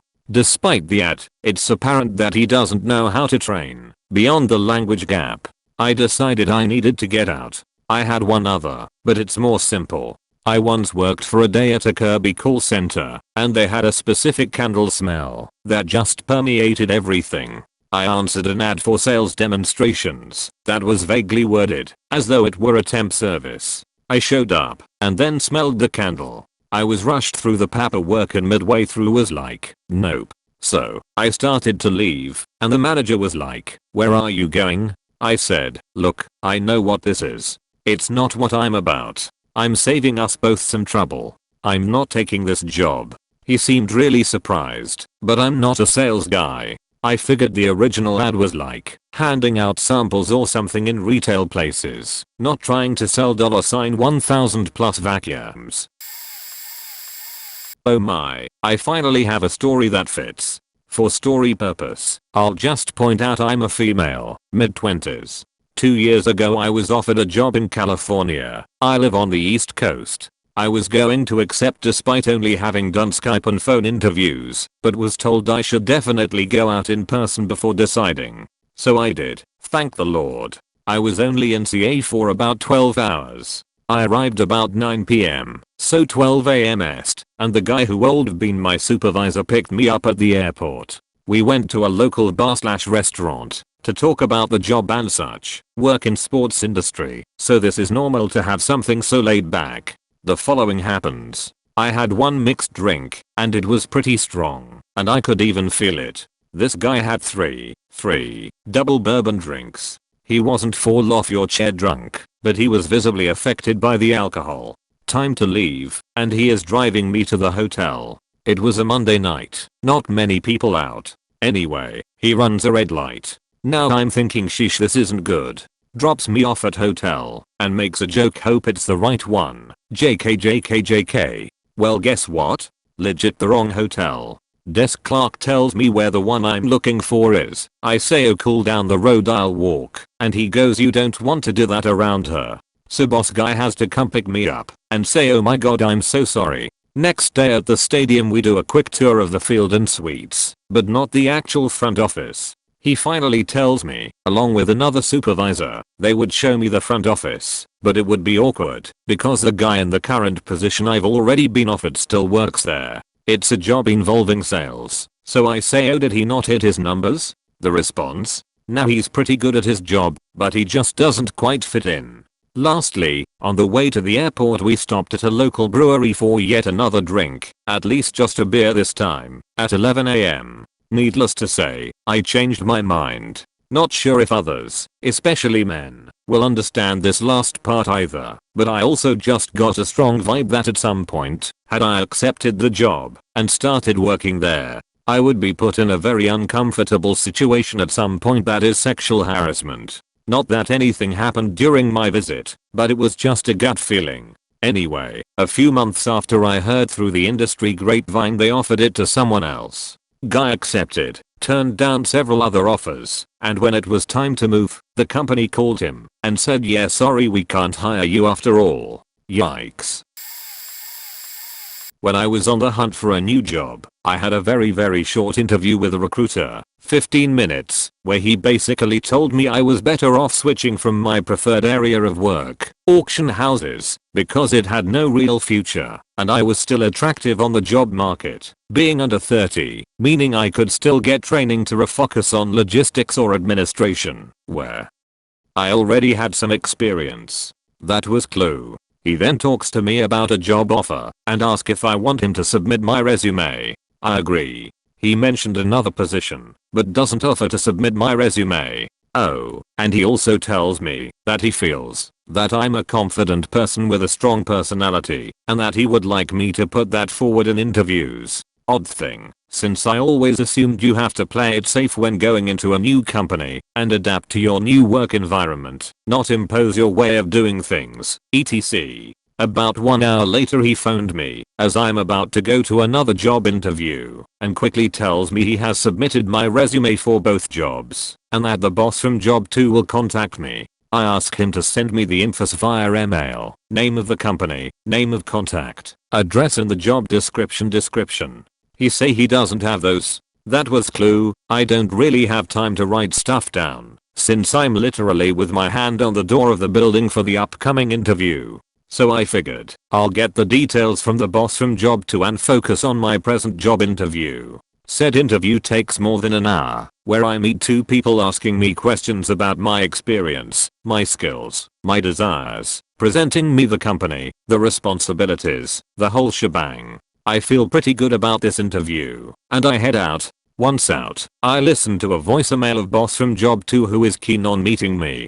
He repeats the name of the company, but gives no address. I Google the shit out of it, and find it kinda on my way home, so I phone him back, get the voicemail, and says I'm available for an interview, whenever he wants it. He calls me back, when I'm almost at the stop, where I need to get off, if I got the address right, so I get off and head there. As we start the interview, I have the boss and the employee present each a folded paper copy of my resume, if they want to ask me questions or anything, since neither of them has any papers, notes, or even job description in front of them, or even for me. They didn't even unfold my resume. That was clue. Then, watch in hand, I have an interview of 15 minutes, where they ask me almost no questions about my experience or skills, just general questions and a vague job description.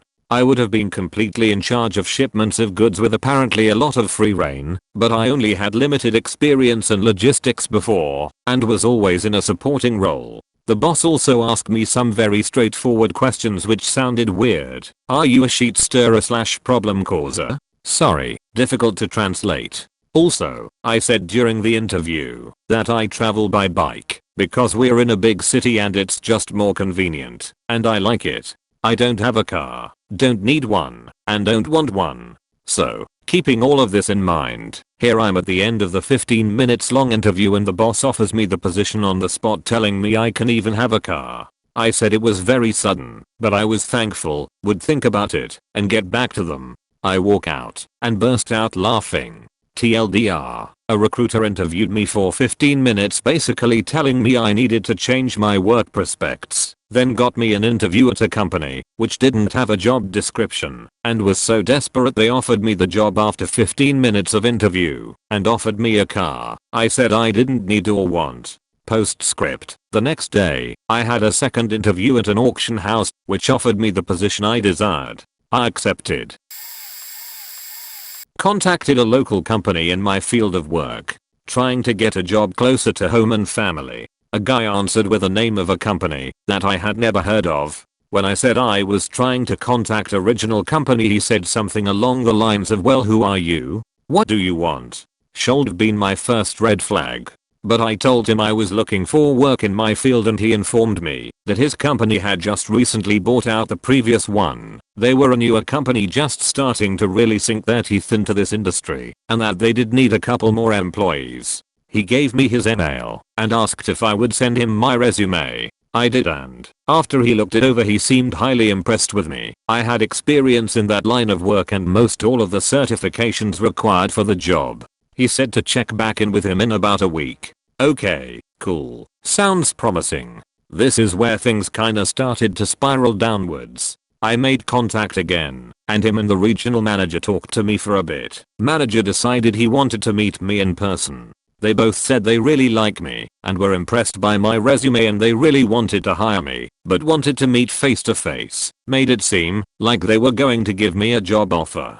The manager was going to be in my current part of the states that weekend and said we would meet then. The weekend comes and I don't hear anything, so I finally decided to contact him. He said he forgot all about it and apologized. So I packed a bag and the following week I took a couple days off work from the job I was working at that time and made a 6-hour drive back to my hometown to meet with him. He did an in-person interview and said he would love to hire me, asked what I was currently making, and I told him around 6 figures a year. He said they couldn't do that. The absolute most the company could pay me was $26 an hour. Averages out to roughly half what I was already making. But I really wanted to get back closer to home.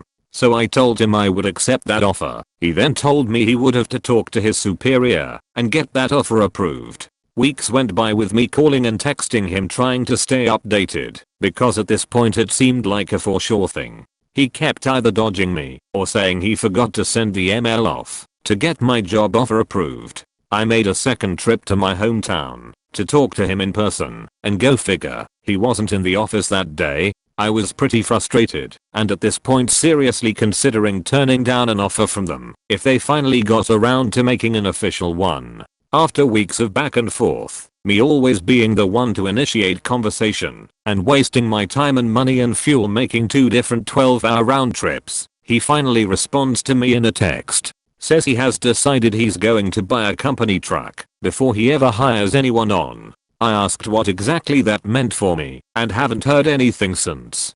Don't think I plan on working for a company that is so mismanaged. On the phone interview for a company that specifically works with video-based software for deaf people. I took American Sign Language for 3 years in high school, so I was pretty excited. I went to research the company a bit along with my then boyfriend / now husband and quickly figured out the company had recently claimed bankruptcy. My excitement changed to, well, I haven't had an interview for a company / business in nearly 10 years, so I should probably still do it and get the practice. So, an hour lady calls. She explained what the position and there were several red flags in that alone. She tells me that my position is scheduling all the customer service workers across several departments and there is 24/7 coverage. She said that it's my responsibility to make sure every shift / position is covered, but I'm not a manager. I'm not allowed to write anyone or fire anyone for not coming. I just tell their manager and let them handle the disciplining. The salary, she told me, was $30,000 in 2014. At this point I'm thinking, yeah, there's no way I'm taking what's essentially management responsibilities without the power or pay of management, but I didn't want to be rude and just hang up, so I was waiting for a good break in the conversation or to see if I can lead the conversation to a polite no, and then, I see here you've been a classroom teacher for a number of years. Why are you thinking of changing careers? Me, well, to be honest, I'm looking for a position with more life-work balance. I found myself putting in a lot of unpaid hours. Well, I could tell how she was trying to figure out how to approach this. If you can't find coverage, the expectation is that you cover the phones for that duration. This will be in addition to your normal job. Me, I see. And you will be expected to be contacted if there are any issues with coverage, and make sure that they are taken care of right away. Since we are a 24-hour operation, this can be at any time. But don't worry, we provide you with a work phone and work computer, so you can do it at home at any time. Me, thank you for your time. At this point, I would like to request to be taken off the list for consideration. Seriously? Why would anyone take that job? I was contacted by the hiring manager, not ours, for a phone interview, and invited on the spot to an in-person interview before the 4th of July one year. Went to the in-person interview, and was told I'd hear from them by the end of next week. Was given each of their business cards, unprompted. Waited until Friday of next week and reached out. Was told there were some delays and they would reach out soon. Took other interviews for other employers/opportunities. Never heard from ours for #1 during this process. Flash forward to August 22nd, and I get a call from the company's HR department. They would like to interview me for another, higher paying position in a different department, which I had also applied to. I go through a phone interview on the spot. I'm told one of the managers will contact me within the week for a phone interview before the decisioning manager will interview me in person. Phone interview manager calls me the next day. Interview is scheduled for that Friday. During that interview, he tells me decisioning manager will contact me for the in-person by the end of next week. She reaches out by the end of the day and the interview is scheduled Monday afternoon. I go to that, and she interviews me, and I go through a peer interview. She says I should know by the end of next week. Wednesday afternoon, I hear from ours with the offer. From 8/22-8/30 from first contact to offer. My start date is set for 9/11. On 9/8, I get a call from hiring manager of July position. She apologizes for the delay, says they were doing a lot of planning, yada yada. I cut her off and told her unfortunately due the delay in their method of not involving ours in their process, neither their own our department nor I was aware I was still in the running for position, and I had accepted a position in department B. I'll never know if she was calling to offer the job, nor do I care. Within the year I was promoted and now make more than hiring manager of the July department, and when I see her at company or industry functions she acts like I don't exist. I feel I dodged a bullet. I got so many stories since I've been unemployed for the last year, but here's the worst. Mo arrived to the location about 10 minutes before the interview. Yes, I was late, but still early a bit. Spoke to the receptionist and said who I was and all that good stuff. 15 minutes later or less I got their forms to fill out and completed it within 5 minutes as it was basically information. The girl that gave the form to me came back and picked it up and told me they were finishing up shortly. Oh well, an hour passed and I was still waiting to see someone. The girl pops out her head from an official door and asked did anyone come speak to you. Elle said no and she went off. Few minutes later I was called into a room with 3 people. Ours the manager and the supervisor for the position. I think can't remember his post. Anyway, few minutes and the guys ask me a question. It managers, and I told them no, this isn't the part of it I was exposed to. I would have worked in networking and so on. A few seconds later he comes back with the same question and I began to get a bit annoyed as he's asking it again after I spend a good while explaining my experience and what I know. So I did it again, this time going more detailed than before. Another round of questions by the other people, then the ad manager comes again with the same question, this time stating that I lack work experience and my CV basically wasn't shit. I have 7 IT certifications, a BSc and 3 years experience working in CS and IT networking combined. So I was like, what the fuck is this dude's problem? At that point I didn't want the job, so I said fuck it and proceeded to cheat as hard as I could on this dude without being rude or noticeably. Second time I've been to an interview and someone tried to make me seem uneducated and underqualified for the position. It was an IT technician position I was sent to by an agency, faking worst interview I ever had. I had to do a 1-month internship in order to obtain my engineering degree. So I went to an interview at an architecture firm I saw on a list of previous internships people at my school had done. I was somewhat surprised, since this was an engineering school and architects and engineers usually don't mingle well. But anyway, my interest and love lied with architecture school, which I tried and failed briefly before. Anyway, I go to the interview. Lady asks me if I have a double degree, architect and engineer. I was like 22 at the time, so no, which was also indicated in the resume. Next, the interviewers just keep on talking about the last intern. This guy was also an engineer. Basically asking me if I could do things as good as him. Going like yes, he was really good and so on. Asking me if I could be as proactive as this guy, which is one of the most useless demands ever, since I don't know the guy. Asking me if I could call contractors etc. Lastly, they just go, well, don't expect us to let you play architect here for a while and let you design stuff. Nowhere did I ever indicate any such thing. I clearly listed my school etc. in a mail. Also, since I failed architecture school just before it was such a beachy and unnecessary thing to say, I just sent them a mail later saying I had chosen something else. In 2 years I will be graduating with that double degree she talked about, and no way will I ever step foot in that firm again. There have been a few points while waiting the receptionist told me the bosses were related, and as long as I didn't mind some yelling and vulgarity on occasion, it was otherwise a good place. I went through with the interview. The guy was an asshole and I never returned calls for a second round. The guy took out a Polaroid camera at the end of the interview to take my picture and said all interviews had to take one. I was so young and dumb, and then proceeded to criticize the way I held my head high. Nope, not so young and dumb. Applied for a business analyst position with a great little company that is growing like mad. Lady calls me to see if she can just ask me a few questions. I'm at my current job and figure sure I have a couple minutes. So she proceeds to try and full on interview me over the phone for like 20 minutes. I sidestepped every question and gave good vague answers because if they want to interview me, set up a time and a meeting, not while I'm at my current job surrounded by my current coworkers. I left it at that, figuring it just wasn't a good call or match. I was out of the country a couple weeks later when she called and left me a message saying they couldn't meet what I was making salary wise, but would love to make me an offer. No thanks guys. I never called back.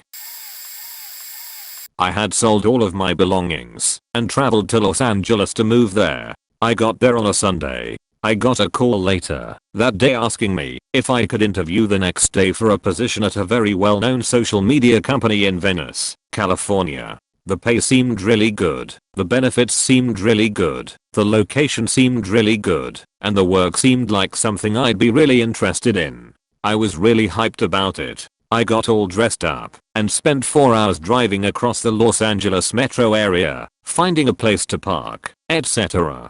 They had a modern looking office which was very close to the beach. The job sounded right up my alley, and I parked and went in. They started the panel interview and talked to me for about 5 minutes before saying, you seem really capable of handling this position, but frankly I think you're too knowledgeable for it, and I think you'd be bored here. I knew that was pretty much the end of the interview, so I thanked them and left and drove another 4 hours back to the hotel where I was staying. I hadn't really had a chance to learn any important details about the position, and they hadn't really interviewed me. They'd shut down the interview very quickly. I left and spent the next several months desperately looking for a job in the Los Angeles metro area and unable to find anything. Meanwhile, the position they had listed went unfilled. I knew because I kept seeing it listed every week. Nearly 6 months later, I was so broke. I had burned through any money I had and was now living on my credit cards, as the Los Angeles metro area is expensive. They called me back and asked me if I was still interested in the position. I cannot quite express how I felt at that moment. I left the Los Angeles metro area a few weeks later. I had received a call back from what I thought was my dream job. I had applied for an assistant position in a lab of a well-known research hospital and jumped at the opportunity when they offered an in-person interview after the initial phone interview. The lab I had applied for worked with a national reference library, so they took samples from surgeries and sent them to researchers across the nation. I get there, they had forgotten to mention that the lab where the interview was being held was behind locked doors you had to have staff key card to get into. No big deal. I'm staying positive. I'm coming to get this job. I call the number they sent in the email to let them know I'm there. They meet me at the door, have a nice conversation walking down the hallway, and then they walk me to a room. They open the door and there are 2 other people there. Still not letting this worry me. It's a group interview, and while that would have been nice to know, they probably didn't mention it because they want to see how you act on your feet. Challenge accepted. Go through the interview with the entire lab staff in stages to see all the parts of the lab. I have mini interviews with all of them about what they do in their area. Through all of these departments, every section was handling specimen in some form or another, except for the one department that had to get release forms signed by patients so the lab could take their samples after surgery. I talk with everyone, feel good about my answers, and I'm thinking that I may actually land this job. Continue through what turned out to be a 4-hour interview to finally meet the lab director at the end. At last I get to meet the woman behind all of this and impress her. We all sit down, and she goes down the row, asking us what we do, how old we are, what our future plans are. Candidate A, female, just graduated from a local private college, wants to be a doctor, 3.8 GPA. Candidate B, male, just graduated, but from a large secondary school a state away, 3.9 GPA. Then there's me, graduated 2 years ago, attempted to find work, but was in a city that didn't have market for biology research, made the move to somewhere that did. I mentioned my internship, but I didn't mention my GPA, because it was like a 2.9, and isn't a bragging point. She knows this is my GPA, because she is looking at our resumes as we are telling her about ourselves. She asks what mine was. I told her. This woman doesn't look at me for the rest of the interview. She basically acts like I wasn't there and kept interviewing the people next to me. So now, I'm feeling like I just got marked out of the running because of my GPA for this dream job, but I'm trying to keep hope that, because I've been in a biological lab setting before, maybe that'd put me back in the running once she thought about it. I'm so glad I didn't get that opportunity. She informs us that the lab assistant position that we are there interviewing for isn't even available anymore. Everyone looks puzzled. That position had been filled prior to the interview, but she had an opening for a research assistant. Eyes start to light up again at the idea of a better job, but that light goes out pretty quickly. The research assistant who gets the release forms signed, not even close to handling anything in the lab or touching specimen even. The position was getting paperwork signed all day from people who are getting ready to go into surgery. At this point I'm livid. 1. I had to request off of work for the interview, so I lost money. 2. I wasted my entire off day to interview with this lab, the longest interview of my life, mind you. 3. It wasn't even for the job I had actually applied for, or even wanted, for that matter. She ended the interview saying that the pay they were able to offer would probably be pathetic too. It was actually not exactly during the first interview, but I guess it will qualify. So after university I was looking for a job in the language sphere and I saw that a local machine factory needed interpreters. I applied. The initial interview went great, so I was looking forward to hearing the results. None came, so I called the interviewer. She told me to call her back and stopped picking up. I got in contact with the interpreter, who gave me the test assignment, and asked her, to which she explained that the 2 executives of the company couldn't agree on if they needed another interpreter. Assistant executive offered me to stay for a week and work full day free of charge until they determine if they can find a place for me. So I did. The job was fun. Then one of the executives returned and wanted to talk to me. Right from the very beginning of his interview there was something off-putting about him. He asked me to work free of charge for a week more because he was away and couldn't evaluate my performance, and when I declined, he bullied me to tears and made me feel miserable. I left, and what do you know, that vacancy I was supposed to fill was up again the next day. So yes, didn't want this job anymore and strongly not recommend. Also, had a phone interview with the principal of one of the schools around. When he asked me about my marital status, I told him I'm getting married in a couple of days, and he told me he won't be hiring me because my marriage means I will soon get pregnant and go on maternity leave. 1,5-3 years in my country. Edit. Autocorrect. I was straight out of high school, desperate for a part-time job. Places weren't hiring me because lack of experience and resting beach face, thanks to a mixture of depression and anxiety. Therefore, I was pretty damn desperate for a job. I applied to Target and got an interview date pretty quickly. It was during seasonal hires, and I was there with about 10 other older/teens. We were to be interviewed twice, and basically I was there that day for 5 to 7 hours, waiting in the back room as employees walked back and forth and had lunch. We were never told to come back or what was happening. We weren't even told to take a break or anything. I sat there for so goddamn long. And for some reason, probably the desperate on, it never occurred to me how faked up that was. I ended up getting the job. Basically I was hired and told to expect a call about my start day and orientation. Yeah, that call never came. I called the store and spoke with the manager about my hire multiple times and was told to be patient and that they're having issues. I basically gave up on that, and about a month later got an email telling me they weren't hiring anymore. So yeah, I faking hate Target.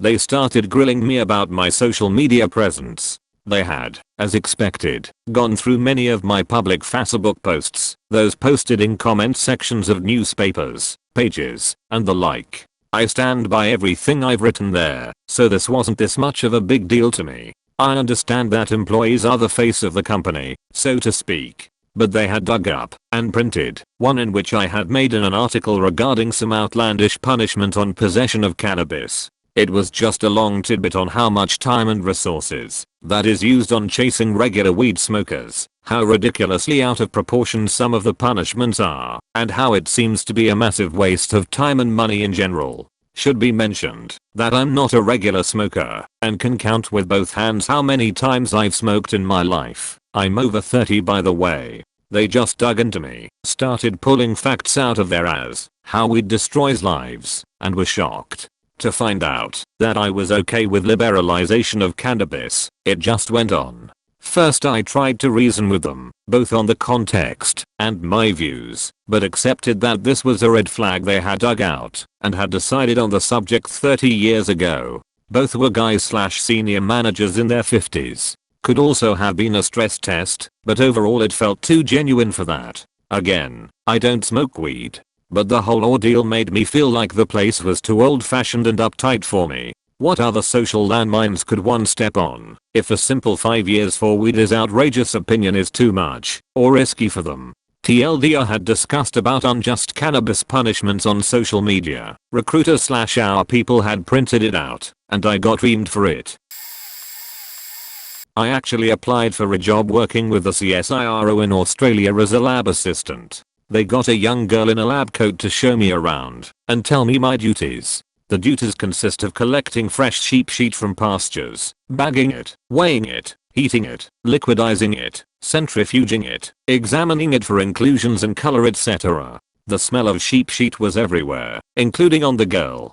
She was wearing a white lab coat and I noticed it was covered in faint little green flecks. She saw me looking and told me not to worry, they had a shower they used before going home. I noticed she appeared to have some on her hands as well. Things were looking good for me on the interview. I had some very good results, especially on science, and went to a selective school and was in the top %5 of the state for results. And I lived a 5-minute walk away from the facility. After a while a smiling scientist took me over to a whiteboard and gave me some simple tests to make sure I knew what I was doing. It just seemed to be a formality. I think they had already decided to take me. One of them was long division. This was back in the 70s. Calculators were around but not that common, and they wanted to check my math skills. I carefully failed. Something like 100/17, and I got it wrong. A small frown appeared on his face. He then gave me a couple of multiplications, two 2-digit numbers. I failed again. By now he was not happy at all and gave me some additions. I failed them as well. Yes. Well, thank you for coming in. We'll be in contact. But they never contacted me. Thank God. Interviewed for a weekend position at a fast food chain, 17 years old. Would have been my second ever job and I admittedly hadn't been that great at my first one. Ask me what subjects I do at school, what university I'm looking to go to and what I would study there. I made it pretty clear the whole time that I wasn't looking for any form of career progression as I'd be leaving a year later. School and university would always come first. My job there would be second. At the end the manager offered me a management position. I pushed further. I only applied to pretty much be until lowest of the low worker, but apparently they saw potential. I asked pay. It was quite a bit higher than the position I applied for, obviously, meaning a weekend's work would still be worth more. I asked why they would want a manager for just the weekends. Oh no, we'd expect you to work during the week as well. I told them that wasn't possible because I'm at school during the week and I needed to work hard because I needed the grades to go to university. The guy spouted on about how my experience there would be better than any university course, which showed how much he listened considering I told him I was looking at doing sociology. I doubt frying chicken and paying off health inspectors would help me go on to study that. I told him I wasn't interested for either position and left. I still get calls saying they're looking for managers, despite going in multiple times and asking for my information to be removed from their records. Maybe not quite the right prompt, but when I was 18 the restaurant I loved and worked for seemed to be going downhill. Prior to me being laid off with zero notice, I had been looking for a second or replacement job because the restaurant would not honor my dedication and seniority and offer me more than 9 hours a week. They only gave hours to their close friends and family that were hired after me. Ultra frustrating. This new restaurant job I was interviewing for wasn't quite my style, but I had two acquaintances who worked there and told me they needed help. I interviewed separately with who I assume was the AM and GM of the location. Both of them loved me and told me they would select me, but unfortunately had to roll it up to the head of the company, who the restaurant chain is named after, for approval of my selection. Because I have my lobes stretched to 3/4 of an inch. These gentlemen were genuinely excited while interviewing me, and after coming from a job where nepotism was high and the appreciation I got was very low, I wanted to be on this team. I wanted to be valuable to my employer for once. I wear classy jewelry and was highly desired for the position, but they reluctantly told me they would only call me back if the head honcho was okay with the size of my earlobes. Lobes. Found out later that the in-store management was so confident it would work out that they printed a name tag for me. A few months later I was told that the policy had changed and those acquaintances had tried to reach out to me knowing how much their management team had loved me. They shouldn't have rolled it up at all. Just put me on the team and I will deliver excellent service despite the size of my dang ear holes. I interviewed several times with the company and everything was going pretty well. It was a really long and tedious interviewing process which gave me time to ask around about working there. I was warned by a lot of people how upper management at the company was really shady, and I already had my reservations about working for this company. I was in my final round of interviewing, and my potential new upper management was conducting it. They learned via my resume I did student teaching in grad school and was determined to make my interview all about showing how he could teach too and how he was the smartest person in the world. There was a role-playing element to this interview as well, where you're given 10 to 20 minutes to learn as many regulations of a fictional but similar company and then be put into scenarios and see how you handle being flustered. At the end he congratulated me for not losing my composure, but essentially called me stupid for not recalling company solution 99 immediately and having to look it up. It came off incredibly pretentious and like he thought he was better than everyone. I really just couldn't see myself working for him. Apparently they were really surprised I declined the job offer. I wound up being offered and taking a better / more enjoyable job about 3 days later. I feel bad if I got the hour lady in trouble though. She was nice. I don't know if this really counts as I wasn't looking for a job. I just got an offer out of the blue while working. I was working normal retail stuff, scanning items on a shelf for price check. A lady taps on my shoulder and I look at her sort of confused, waiting for her to say whatever as I quickly shut off my walkie so the noise doesn't disrupt my hearing. I admit I'm a little slow. Should have said, "Can I help you?"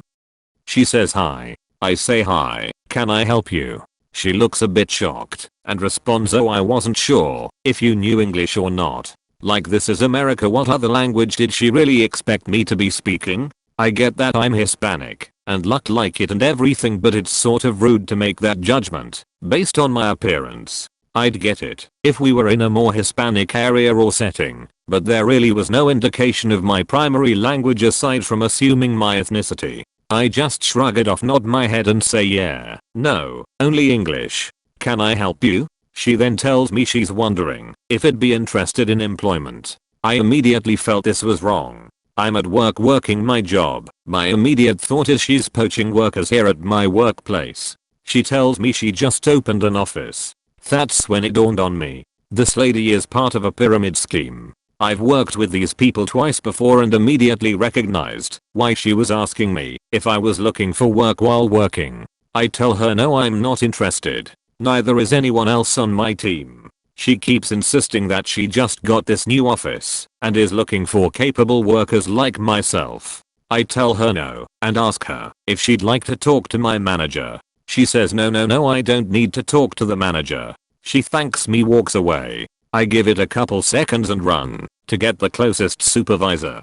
The last thing I want is someone gullible enough to fall for her scheme. I point her out to the soup and she follows her carefully, watching her. A few minutes later the soup tells me she thinks the lady is buying stuff. I know these kinds of people and know she's not here to buy, but whatever, at this point it's out of my hands. 30 minutes later lady leaves and didn't buy a thing. If her new office really needed good employment, she wouldn't be looking for it at a low-end retail store. She'd be posting about it on a job board. If something's too good to be true, 99% of the time it usually is. TLDR, lady asks me if I want to join her pyramid scheme while I'm at my place of work. I decline and point her out to a soup. Soup does nothing, lady leaves buying nothing. Interviewers, including someone from ours, couldn't answer my questions regarding medical and vision insurance. Lots of staring at bright screens in darker rooms / bad for eyesight settings. 401k, how their PTO worked. They had those stereotypical get in here millennials. We are not like other companies, things like office nerf fights, beer at the end of the week. We work hard, play harder, selling point BS. Then during their tour of the facility, their entire workforce was in one big hall with those long, standing bar excuses for no cubicles, lined with workers, and these went from one end of the hall to the other. It looked like the human equivalent of those chicken farms, where the animals don't have enough room to move. Interviewer asked me about what I like or like to do. I got sidetracked by it, and he could see the passion in my eyes. The job wasn't in the industry for my passion. I suddenly had the realization that I didn't want the job, even though I had been unemployed for over a year. After a long pause, I said, I'm sorry. I just realized how much I don't want this job. I'm sorry for wasting your time. He replied, "Don't be. Watching you talk about that so passionately sort of reignited my flame for this job. You won't actually be an employee, but rather a contracted freelancer. You won't get employee benefits because you're not technically an employee. Also, you'll have to pay the taxes." Yeah, that's not what your ad said. Bonus, paid internship suddenly became a compensated with free food internship. No.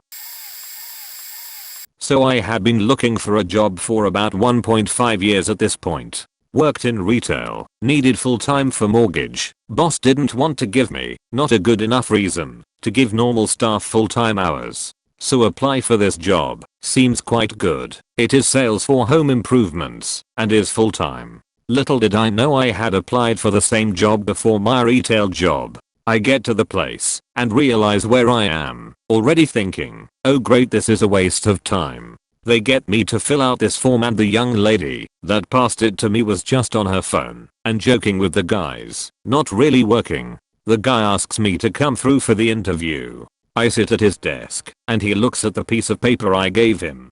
There were a few questions and data things like address and number etc. But one question was, can I drive? Do I have my own car? I did. He looks at that, and I honestly think that was the only criteria they were looking for. We got speaking, told him I was married, worked in retail, wanted my own place etc. He told me I could earning big money. First red flag. He then said my job would be door-to-door sales. Second flag. Then continued to say that, because I had a car, I would be ferrying around the others who would be doing the same. Flag 3. He then said I would do 6 days a week, and start at 7, and finish at 5. At this point, I was like nope, and it made me quite upset as I was getting nowhere in my job search. The interview then ended with me actually getting the job, to which I said, let me speak to my wife first. Complete waste of time and a joke of an interview. I'm not spending 6 days knocking on doors to sell crap I'm not interested in. Graduated as a physicist, I applied for a function in an engineering group. The interview lasted for 3 hours. 1H talking to a guy from hours. Everything went fine, really good dialogue and he seemed to like me.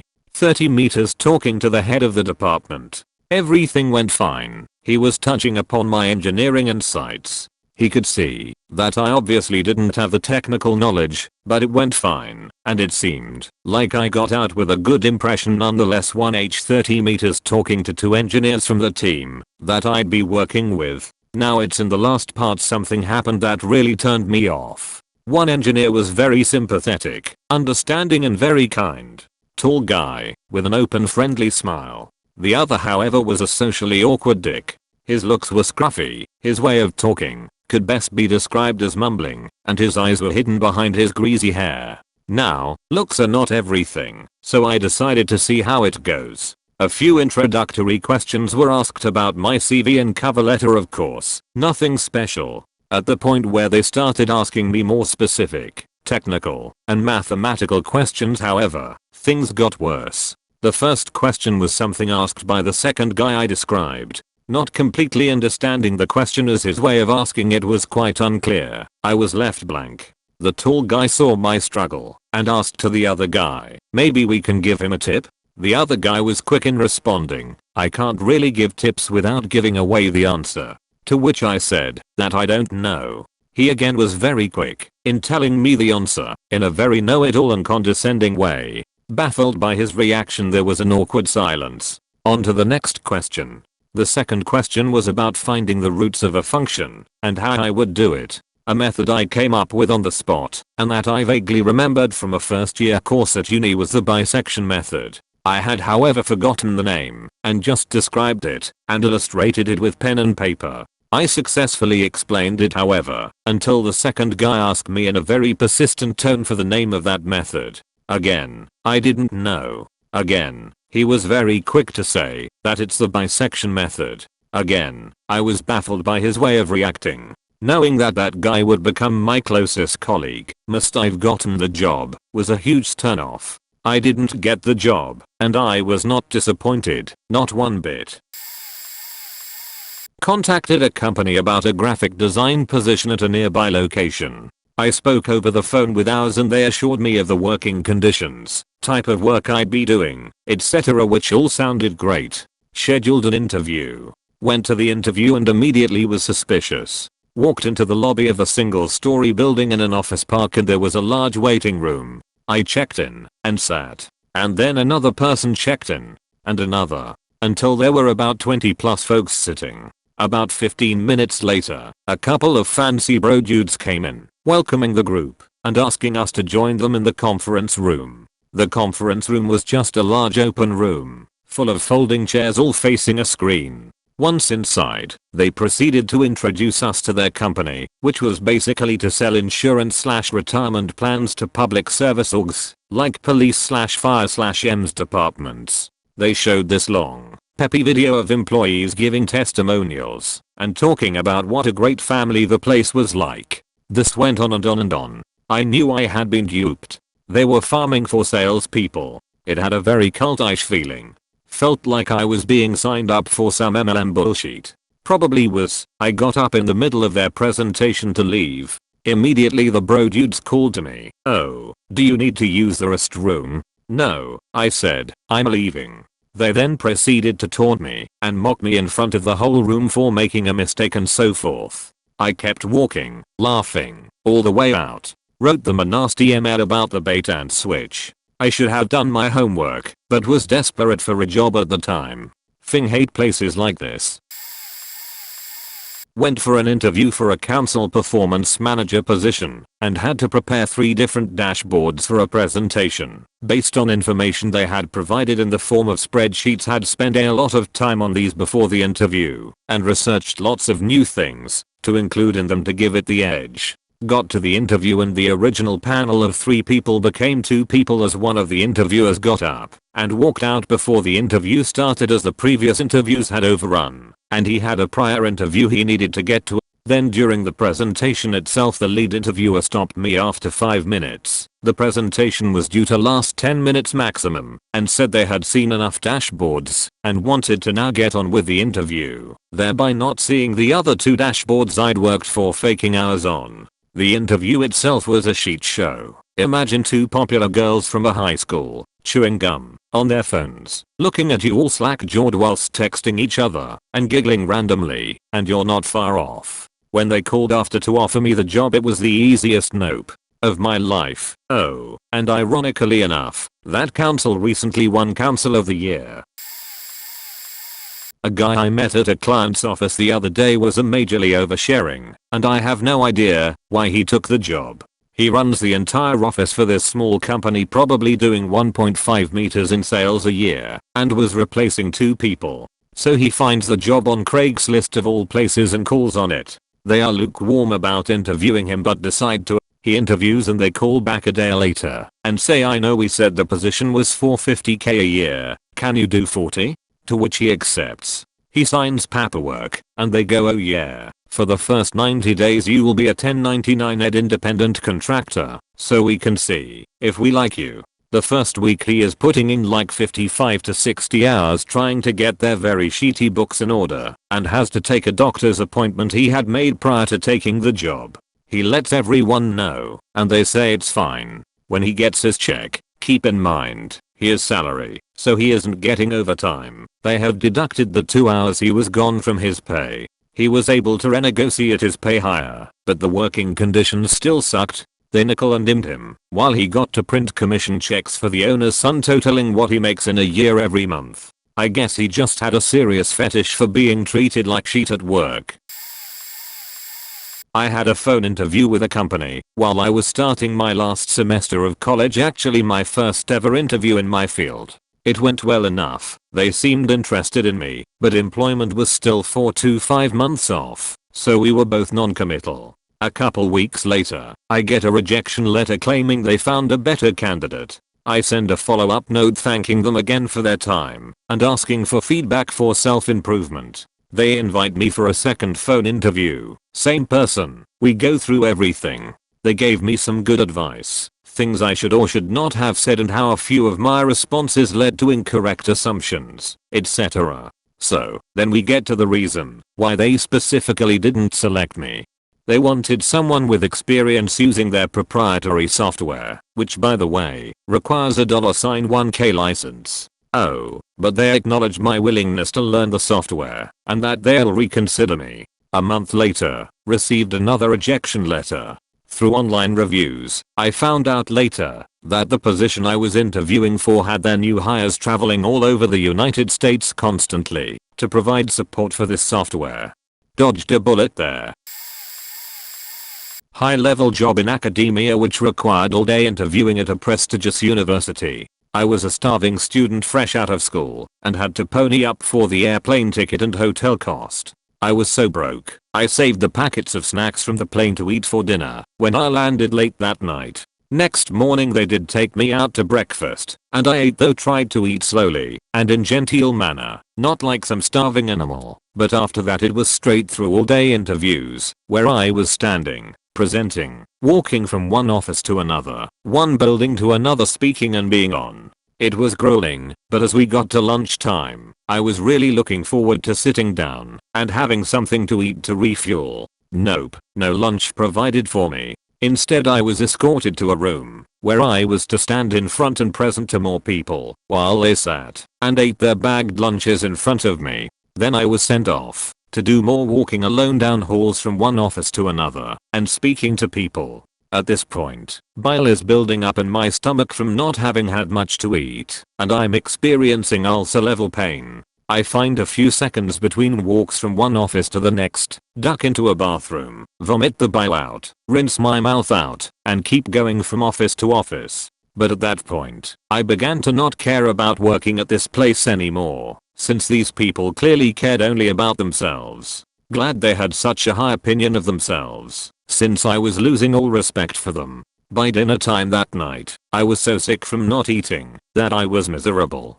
Dinner took forever to arrive, and I asked for a glass of milk to put something in my stomach. Even that took forever to arrive. I could see that they were looking at me disapprovingly as I asked the waitress again for my glass of milk, but I was beyond caring anymore. I knew that I was not going to get this job, wouldn't even want it anymore if they offered it, and just wanted the whole experience to be over. Sometimes you're better off not working in what is clearly a toxic environment, where people are so full of their own importance that they don't care about others. Oh Jesus. This brings me back. I was looking for work. I'd had a motorbike accident and had to leave a job I worked really hard to get. It was a dark time, and I was about ready to take anything.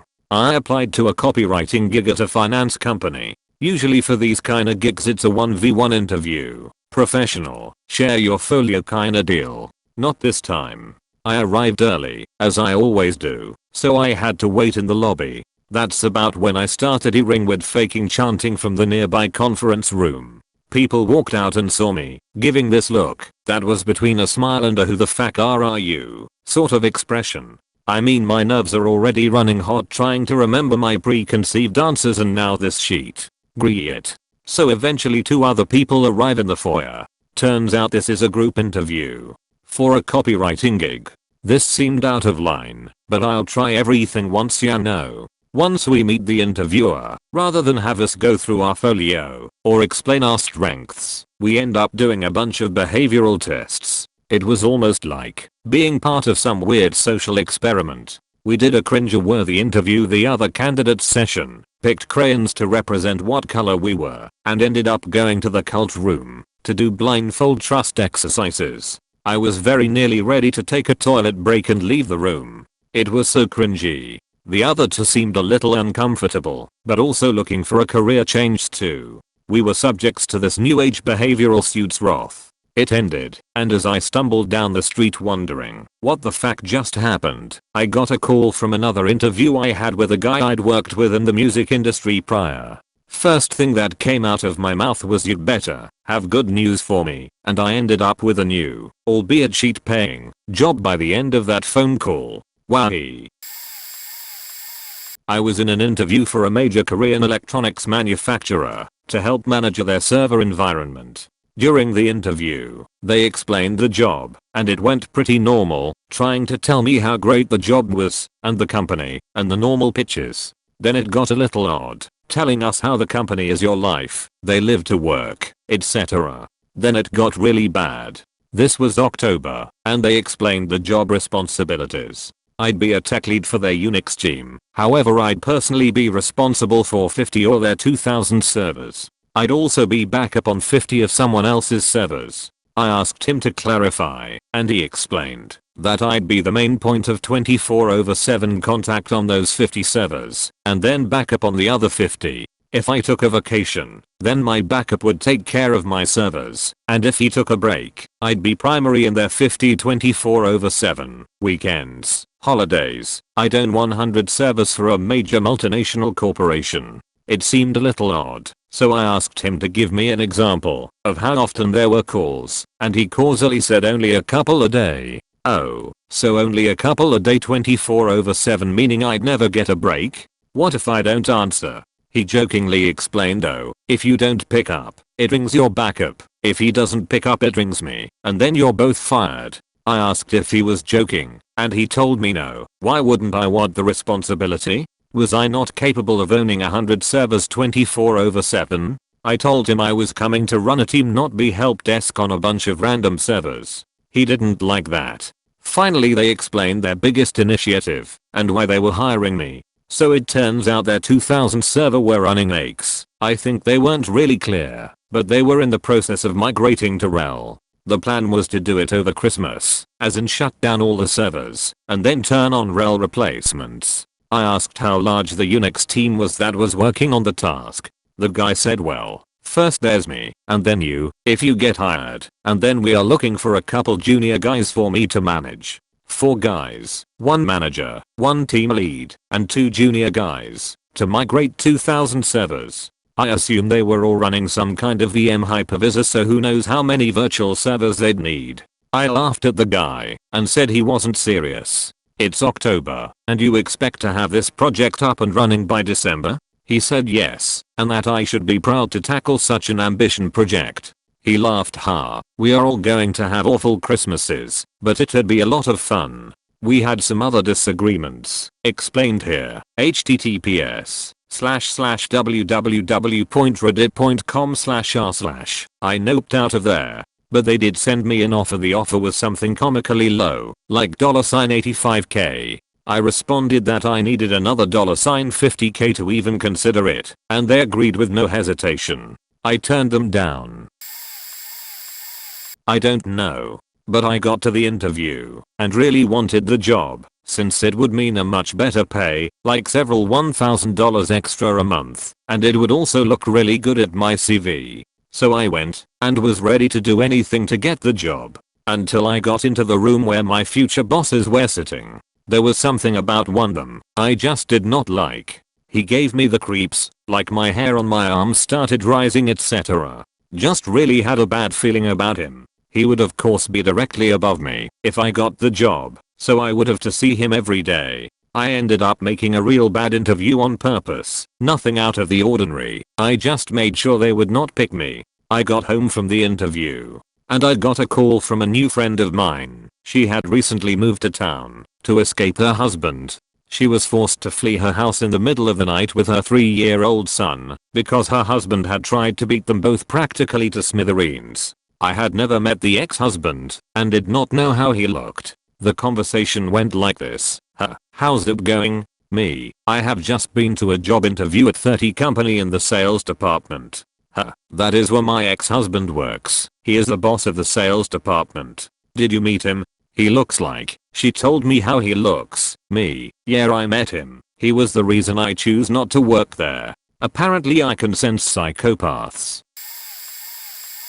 Interviewed for an hour internship at a consulting company. Got there and found the suite they've rented out, and the only thing marking the company is a paper sign on the door. Turns out what it really was some sort of energy sales company where people would go door to door, and my only job would be to go through resumes and pass potential candidates along to the recruiters. A lot of what they told me made it seem really shady, and I couldn't shake the feeling that I was getting involved in a pyramid scheme, but I really needed an internship to complete my grad program, so I went with it. So I go to interview with the owner of the company, and I notice there's a dog running around the office. I love dogs, but it just didn't send a good message to me, especially when I found out it was the owner's dog, and she made her employees care for him, keeping him in their offices, and taking him for walks, etc. One of the walls has a hole in it, and one of the girls working there is walking around with no shoes on and swears every 5th word. Also they told me the position would be unpaid, which I expected, to be honest, but I was still disappointed. Then they have me shadow some of the recruiters/team leaders. My first shadow is with one of the male recruiters who says maybe 2 words to me the whole time, while just skimming resumes and blasting Wiz Khalifa on his laptop. Moving on, while sitting with another recruiter, a girl my age, she calls a potential candidate and tries to get her to come in for the position. Puts her on speaker so I can hear. The woman asks if the position would be door-to-door sales and mentions she is not interested in that. The girl says, oh no, nothing like that. I'll email you a job description and call you back in a bit. Then hangs up and says beach. I politely thanked them for their time and left. I later found out that several others from my program had interviewed there as well, and we had a good time swapping stories of what made us noob out. It was a Hail Mary last ditch attempt, something like a 90-minute drive for an $11 an hour job with uncompensated overtime. The same exact job I did about 1,000 miles away for $17 with overtime. They were transitioning from armed messengers that only serviced ATMs to full-on armored trucks serving banks, ATMs, stores etc. They weren't even fully set up yet. They had equipment and software they didn't know how to use. The exact equipment I had been using for 2 years. They made it very clear they needed me bad to help teach them this shit, and I would move up rapidly as I was the only person who had any prior hands-on experience with, not just this job, but the company, software, equipment etc. They lost my application, made me come in physically, again, 90-minute drive, twice, and finally asked me take a drug test again, because they couldn't find the results that I had dropped off 2 days prior. I felt bad. I really wanted the job, not the pay, but I loved the job. But they jerked me around for over a month after saying I was hired, just needed to finish the paperwork.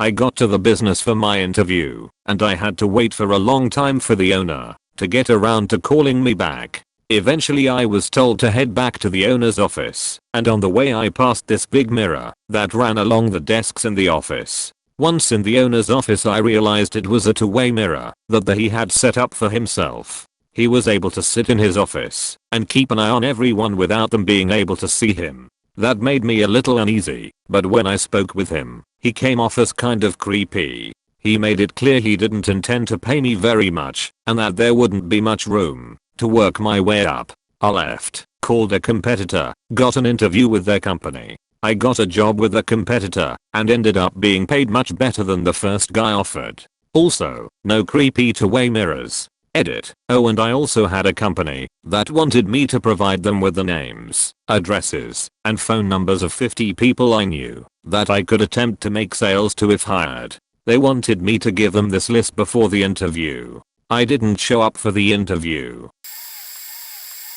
It was a phone interview for a guy who said he was a documentary filmmaker who wanted a podcast and needed an audio engineer / someone to edit the podcast episodes. So I would be working directly with this guy all the time.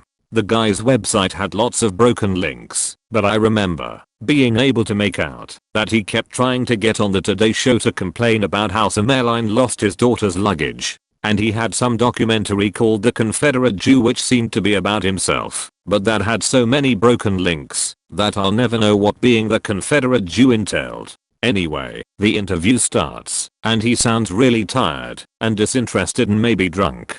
As he asks me about my experience and qualifications and I respond, he interrupts me to ask what my ultimate goal in life is. Throughout the interview, he interrupts me to ask, with slurred speech, what my hobbies are, what kind of music I like, and who my favorite stand-up comedian is. He also asks me what college I went to, which is the first thing on my resume after my name. He ends the interview by saying he doesn't think we'd get along, and that was that. Now I'm glad I didn't have to work with this guy, but the reported pay was pretty good, and I probably would have gotten a lot of weird stories out of it. The rudest thing is the interviewer never showed up. This wasn't uncommon either. It's happened in 2 separate places. The first I went in for an interview and the guy said he should be here soon. He's just a little late sometimes. I thought no biggie, I'll just wait. A tour of the office and an hour later he still hadn't showed, so I went home and got an offer from somewhere else the next day. The second time I arrived for an interview for a technical position and the technical half of the interview panel was off on an emergency job. Whatever, shit happens. So I did the interview with a non-technical person, and it went as well as can be expected. They asked for a call to go over the more technical stuff and we organized it for 2 days time at 10 AM. I was up, ready, and waiting.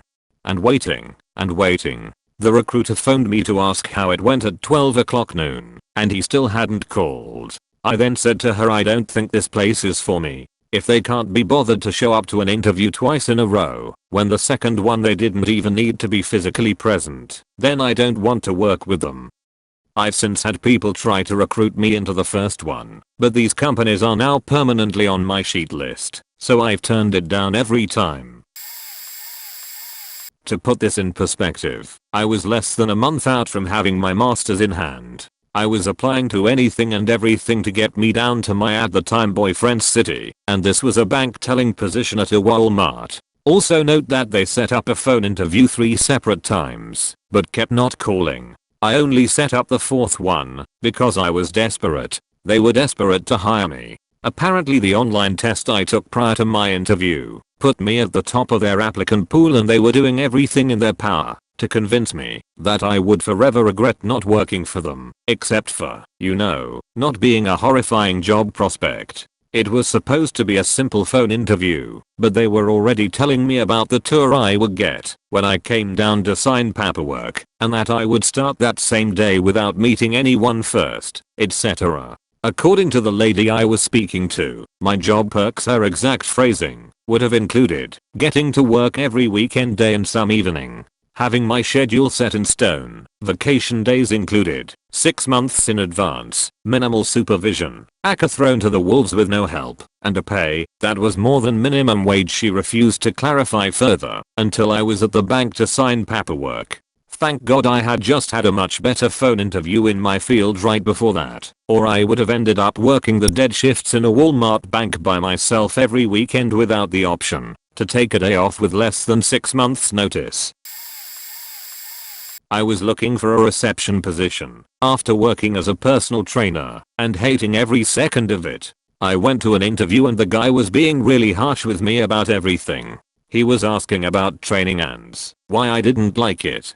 I told him I wasn't good at pushing people into sales, and I also wasn't about being no-showed all the goddamn time. He said, how could you not get people to buy? Me, well, I can't push people into the sale. I'd state the price and accept their answer. Him, but surely some people bought. Me, yeah, a few but not many, and nowhere near enough to live on him. So you didn't get enough people in front of you? Me, likely not, but it was very difficult when I had limited prospecting time and my manager didn't help me very much. Him, your manager has to do it all for you? Me, no, but I asked for help and training and he never gave it to me or suggested other options. Him, well, it sounds to me like you were just lazy. Me, excuse you? I was not lazy. I worked my ass off at a job I hated, trying to get help and floundering. It was not what I expected, and I just didn't like it. Him, well, I did it too, and I didn't have that problem. Me, I guess that's why you're still in a sales role, and I'm trying to get out of it.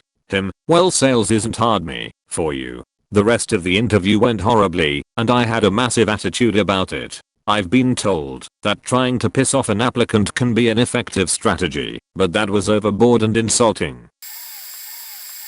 Was applying for a job at a hospital in between undergrad and grad school, trying to get whatever experience I could in the psych field. The hospital wasn't in a particularly great part of town, and I had heard some sketchy stories about the place from friends of friends, but was keeping an open mind and didn't think the particular department I would be in would be that bad, all things considered. While waiting in the hallway for my interview to start, 2 frantic-looking police officers, guns drawn, come running down the hallway. One stops in front of me and asks if I saw anyone in a red hoodie run by. I hadn't, and told the officer as such as he continued to run through the hall and out some doors.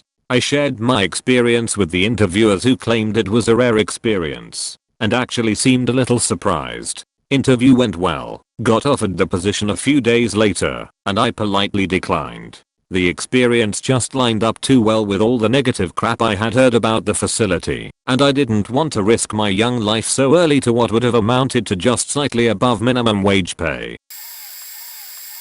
I went for a job interview for a management position with what seemed like an amazing non-profit. It was organized and had modern computers, full staff, and everyone was professional. Interview was going great, and then we start talking salary. It was kind of a low salary for the position they were hiring for, but in the non-profit sector that's not unusual. What came out of the salary conversation, however, is that they were paying salary and not hourly, so that they could pay less than minimum wage. They not only wanted me to come in 9 to 4 in the office, but spend my evenings 5 to 9 meters th driving around to clients and checking in, as well as 2 to 3 weekends a month doing special events and outreach. They were very nice about it, but they basically wanted me to work every waking moment for a salary that one person could barely survive on. They didn't offer me the job, and I was relieved. That job was still being listed on Indeed for about a year before I stopped seeing it go through.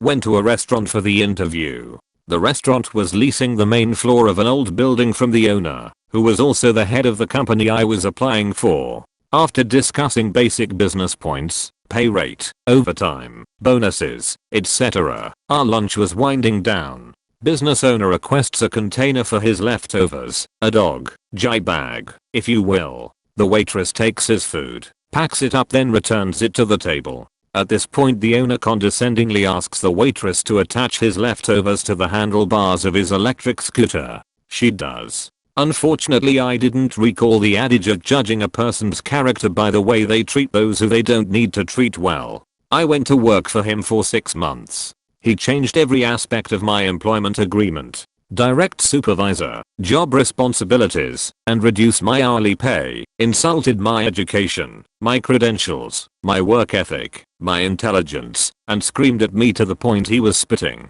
culminating with giving me a nervous breakdown in the middle of the day. He fired me. I've never been so happy to leave a company. TLDR, boss treated people like slaves, was a complete asshole, gave me a nervous breakdown, fired me. Couple years ago, unemployed for a few months and getting desperate, I applied for a job at an international private academy in the city I was living in as a resident advisor for their residents. This school caters to like 98% Chinese and 2% other international students. So basically everyone who goes here lives in the residences, which were one building for the girls owned by the school, and one building where several blocks of rooms were reserved for the male students, but the rest was a combination of low-income city rentals and some retail/clinic space on the ground level. At the interview, there was a panel of 3 people interviewing me, one of whom was like the director of hours for the school. The entire time, he was being very cold and would not ask questions directly to me. He would ask them more to the other 2, and then they would relay it to me, but right in front of me. But I was broke and desperate, so I didn't dwell on it too much. Out of nowhere though, he snaps at me. Well, why should we believe that you won't just leave the second something better comes along?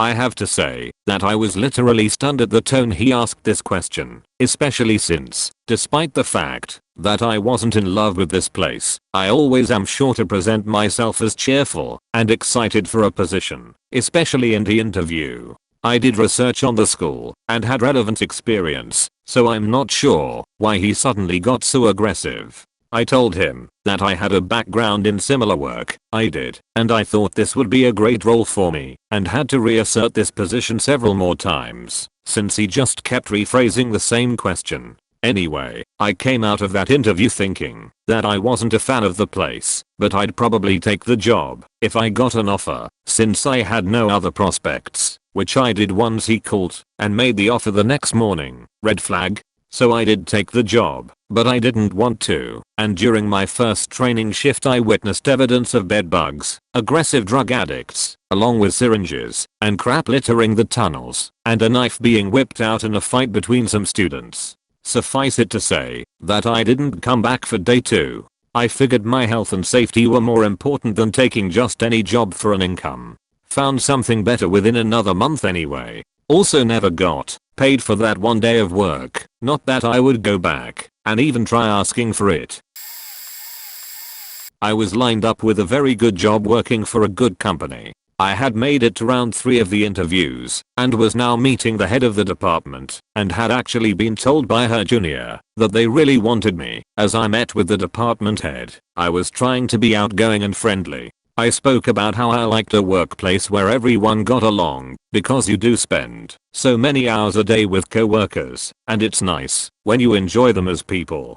Her reply to these sorts of comments basically was, I don't like it when employees talk to each other, and I don't think we are here to make friends, and I really get annoyed when I find coworkers talking about their personal lives or what they did on the weekend. As I left the interview, as I walked out, I realized how silent the office was and how everyone there just looked depressed. I could tell that me being an outgoing person who liked to be friendly and such would likely be frowned upon and discouraged. A day or two later, the recruiter that had helped me get the interview called me saying they wanted to make me an offer and I politely declined. This literally just happened Monday. First, it's a building that requires someone inside buzz you in. You cannot see anything. You have no idea if anyone is there. No phone. Just a black glass entryway. I knock a few times. Pull, push, tap. Okay. I turn to go, and the woman opens the door exasperated by my attempts to enter. I was on the phone, and looks at me as if I'm a wildling. I apologize. There's nothing to indicate how to enter. She asks why I'm there, who, what position. All with face of disgust that I cannot understand. She complains after I sit down and wait about it's the end of the month so it's busy. However, she spends most of her time chatting on the phone or talking to other employees. She was a horrendous front desk person, but the kicker was, a woman was going to the exit door I was near, and her arms were full of stuff. I expected front desk gal to help her with the door. No. The lady goes towards the door and to prevent her from having to juggle or use her back or hips I rush up and jump to the door, hold it open all gallantly, I'm a lady, and smile at her warmly. She absolutely ignores my existence. She doesn't look at me, smile at me. She says thanks and bye to the front desk beach. And evidently I'm an automatic door opener. The sad part was I loved the hiring manager. She was like a more badass Murphy Brown. Unfortunately, I will not work for a company that employs those people. I had an interview to be an assistant to a movie director. Seemed super promising. It would be a lot of appointment setting, note taking, coffee grabbing, but I'd get to go to film festivals, red carpet premieres, movie sets, etc. The pay wasn't life changing, but it was above minimum wage. First I was interviewed by a woman who was wonderful. She explained the position to me and talked about the kind of person they were looking for. Did the general interview portion. I loved her. Then the director came in. First he asked me why I only worked at my last job for 5 months. I was a cocktail waitress. I said I wasn't cut out for it. I had to wear heels for 6-hour shifts and an extremely short dress, and management and the security guards were pretty lax with how much customers could get away with when it came to touching/sexual harassment. He said, "What are you, Mother the Sa? This is LA." He proceeded to call me Mother the Sa for the rest of the interview. Another thing he said to me, when he asked why I'd be interested in the position, I told him I'd always been very into writing, producing, directing etc. And he said all three. You really should just pick one. He was a writer/producer/director for most of his films. He also said you don't want to be a director anyway. All female movie directors are lesbians. You don't seem like a lesbian to me. I was done smiling and interviewing at that point. I told him I had to get going. Thanks for the opportunity, have a nice day. They called me 2 days later and offered me the job. She said he was super impressed by me. I actually laughed into the phone and said you can't be serious and hung up. No thanks. I had talked to the employer previously over the phone. He was a chatterbox, but seemed nice enough, so I decided to go for the second interview in person at his home. Job was to help manage a few rental units he had. When I rang the doorbell, he called me over from the side of the house, and while I have nothing against cross-dressing or whatnot, it made me uneasy to see that he looked like he had gotten hit by a truck after a long tweaked out night at a drag show. I just thought he was eccentric and left it at that. Once inside, he told me to grab a seat on the couch while he decided to sit on his swing in the middle of the living room and slowly sway around as he asked me some typical interview questions. It didn't help that the swing looked like it was made from parts he fished out of the garbage. I guess he liked how laid back I was, even though my insides were twisting at this point, and he decided to show me his recording studio, which had no windows, 2 locks on the door, and was very cramped. Still, he excitedly played me his terrible 80s glam-inspired music videos and turned off the lights for the full effect.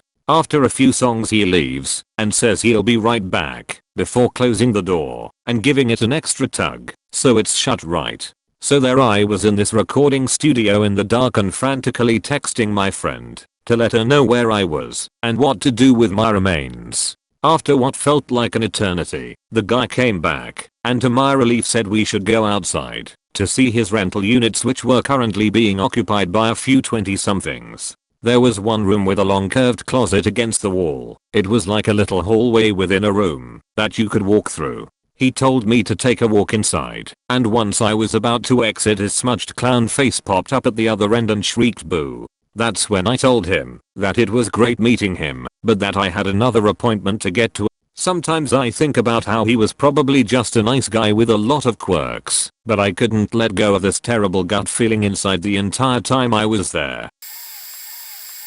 Advertised as a director of marketing position. Emailed them my resume showing I've been doing local store marketing for years. Get there and the office is super tiny with crappy uncomfortable chairs in the waiting room which doubled as the secretary's office. 2 other applicants are already there, both wearing ripped jeans and tank tops, while I'm clean shaven and wearing slacks and a dress shirt. I'm now suspicious.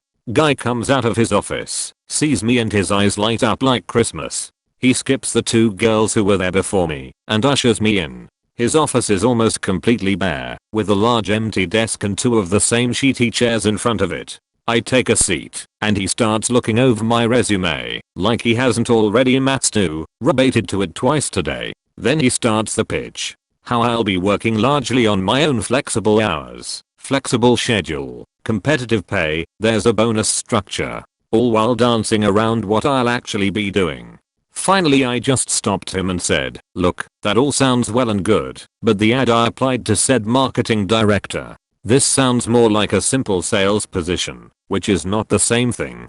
Could you please tell me exactly what it is that I would be doing each day? Then his eyes got kinda sad, because that faker knew I wouldn't like his answer. It turns out that to him, a marketing director is the person or persons that stand in Walmart or Sam's Club and try to get you to sell your soul, to sign up for DirecTV, XM Radio, Cox, or whatever company has contracted these guys. He slowly trailed off after trying to go over all the wonderful benefits again, and I gave him a couple seconds of silence before standing up, shaking his hand and saying, thank you for your time. I mean, this was all a waste of mine, but I'm sure you already knew that when you saw me wearing anything other than ripped clothes to your interview. Best of luck with the next one, though. I'm sure there'll be a better fit for you. He didn't say anything back as I turned around and left him standing there behind his desk. The time wasting asshole. Edit. Dude was a time wasting asshole.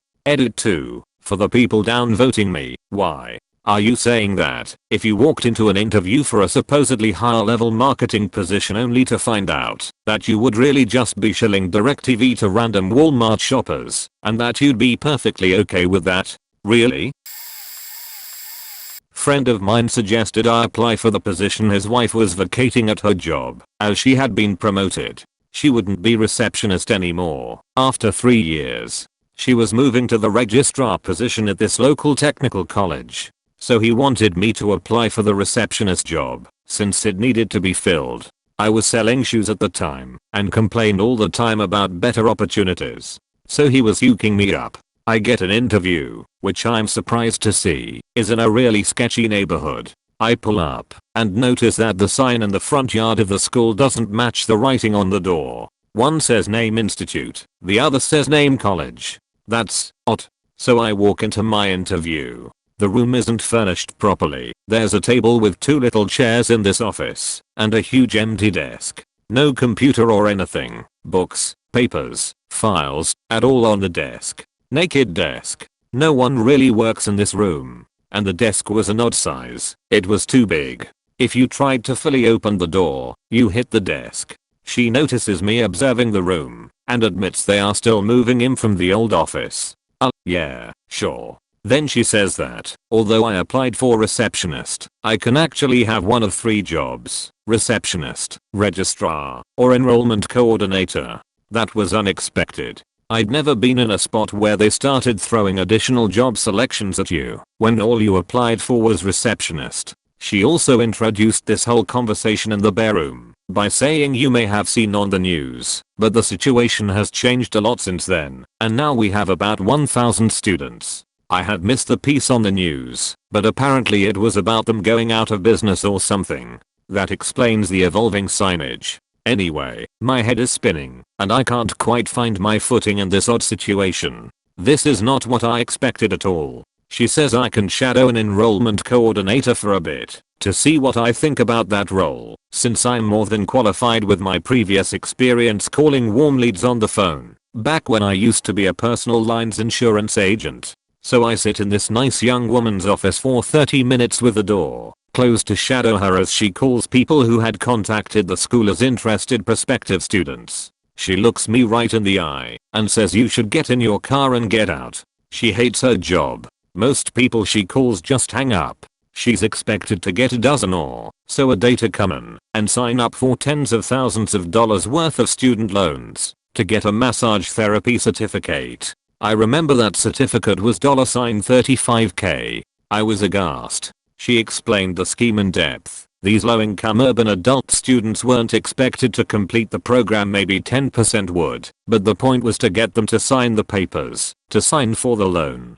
Whether they drop out after a month was their own choice. Just get them enrolled in a certificate program. Her job is to find these people. Enrollment coordinator is really mostly sales, based mainly on the fundamentals of pimping. And these people were on assistance, had kids, dropped out of high school, lived in the projects, etc. They couldn't ever finish a program. The childcare burden alone would sink the single moms. So this was essentially a scam to get uneducated young urban people to sign up for loans. For-profit school. I'm glad the girl was so honest with me. She had been an army re-enlistment person prior, so she knew how it worked, was used to talking people into stuff, and she was actively looking for other work. They must have overheard us talking, because I was shuffled out of her office and made to answer, "Do you want job A? Taking care of the front desk and making sure people aren't running too much of a drug and skin game through our lobby. Yes, that parking lot a thriving scene for pimps and drug dealers, I was coming to notice.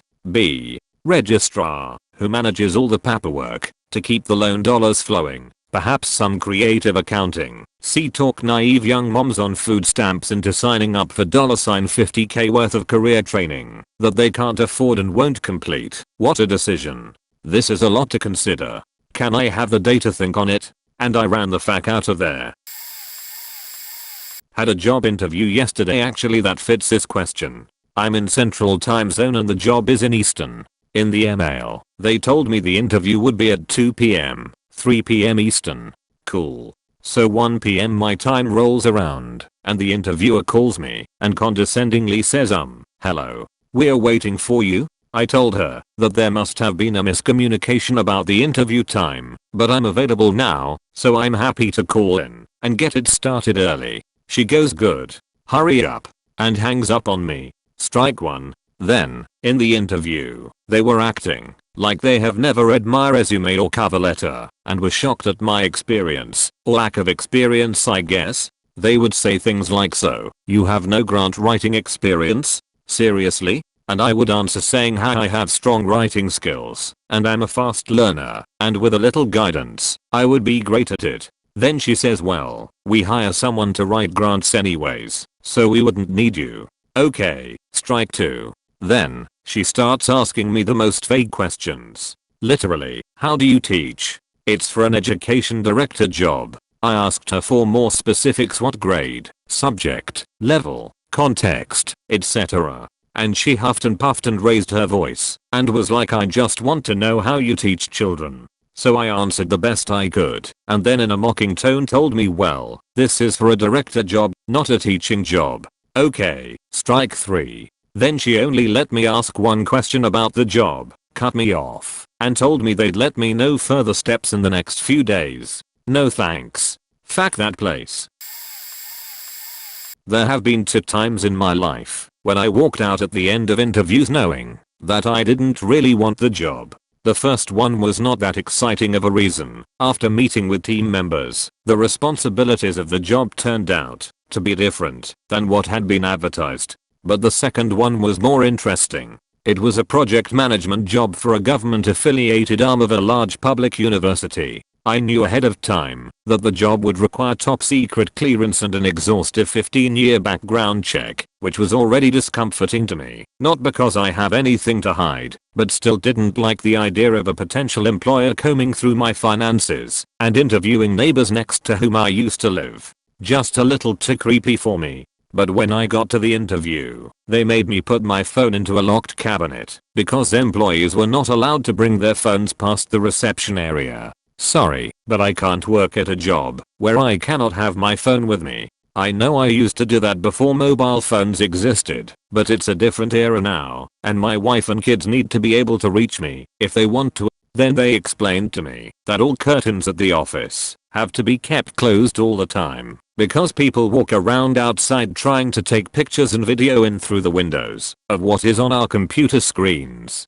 I drove, and still drive, past that building every day and have never seen anyone standing outside looking in. A little neurotic, are we? Then during the interview, the boss asked, if you are hired, tell me what you were doing the first 6 months. I've interviewed many times in my life, enough to find a question like that unusual. I replied something like, I would need you to tell me about the responsibilities of the job first and what type of scenario I'm walking into, and what the most pressing needs of the team and the senior management are first, before I'm capable of telling you what I were doing the first 6 months. To which he replied something akin to, you're not allowed to know that. You just have to tell me what you would do. I had been a very successful project manager 4 years prior, but had never faced such a strange question. I can't even remember what I said in response, but I only chose to provide a tossed-off half-assed answer because I just wanted to get out of there at that point and didn't want the job.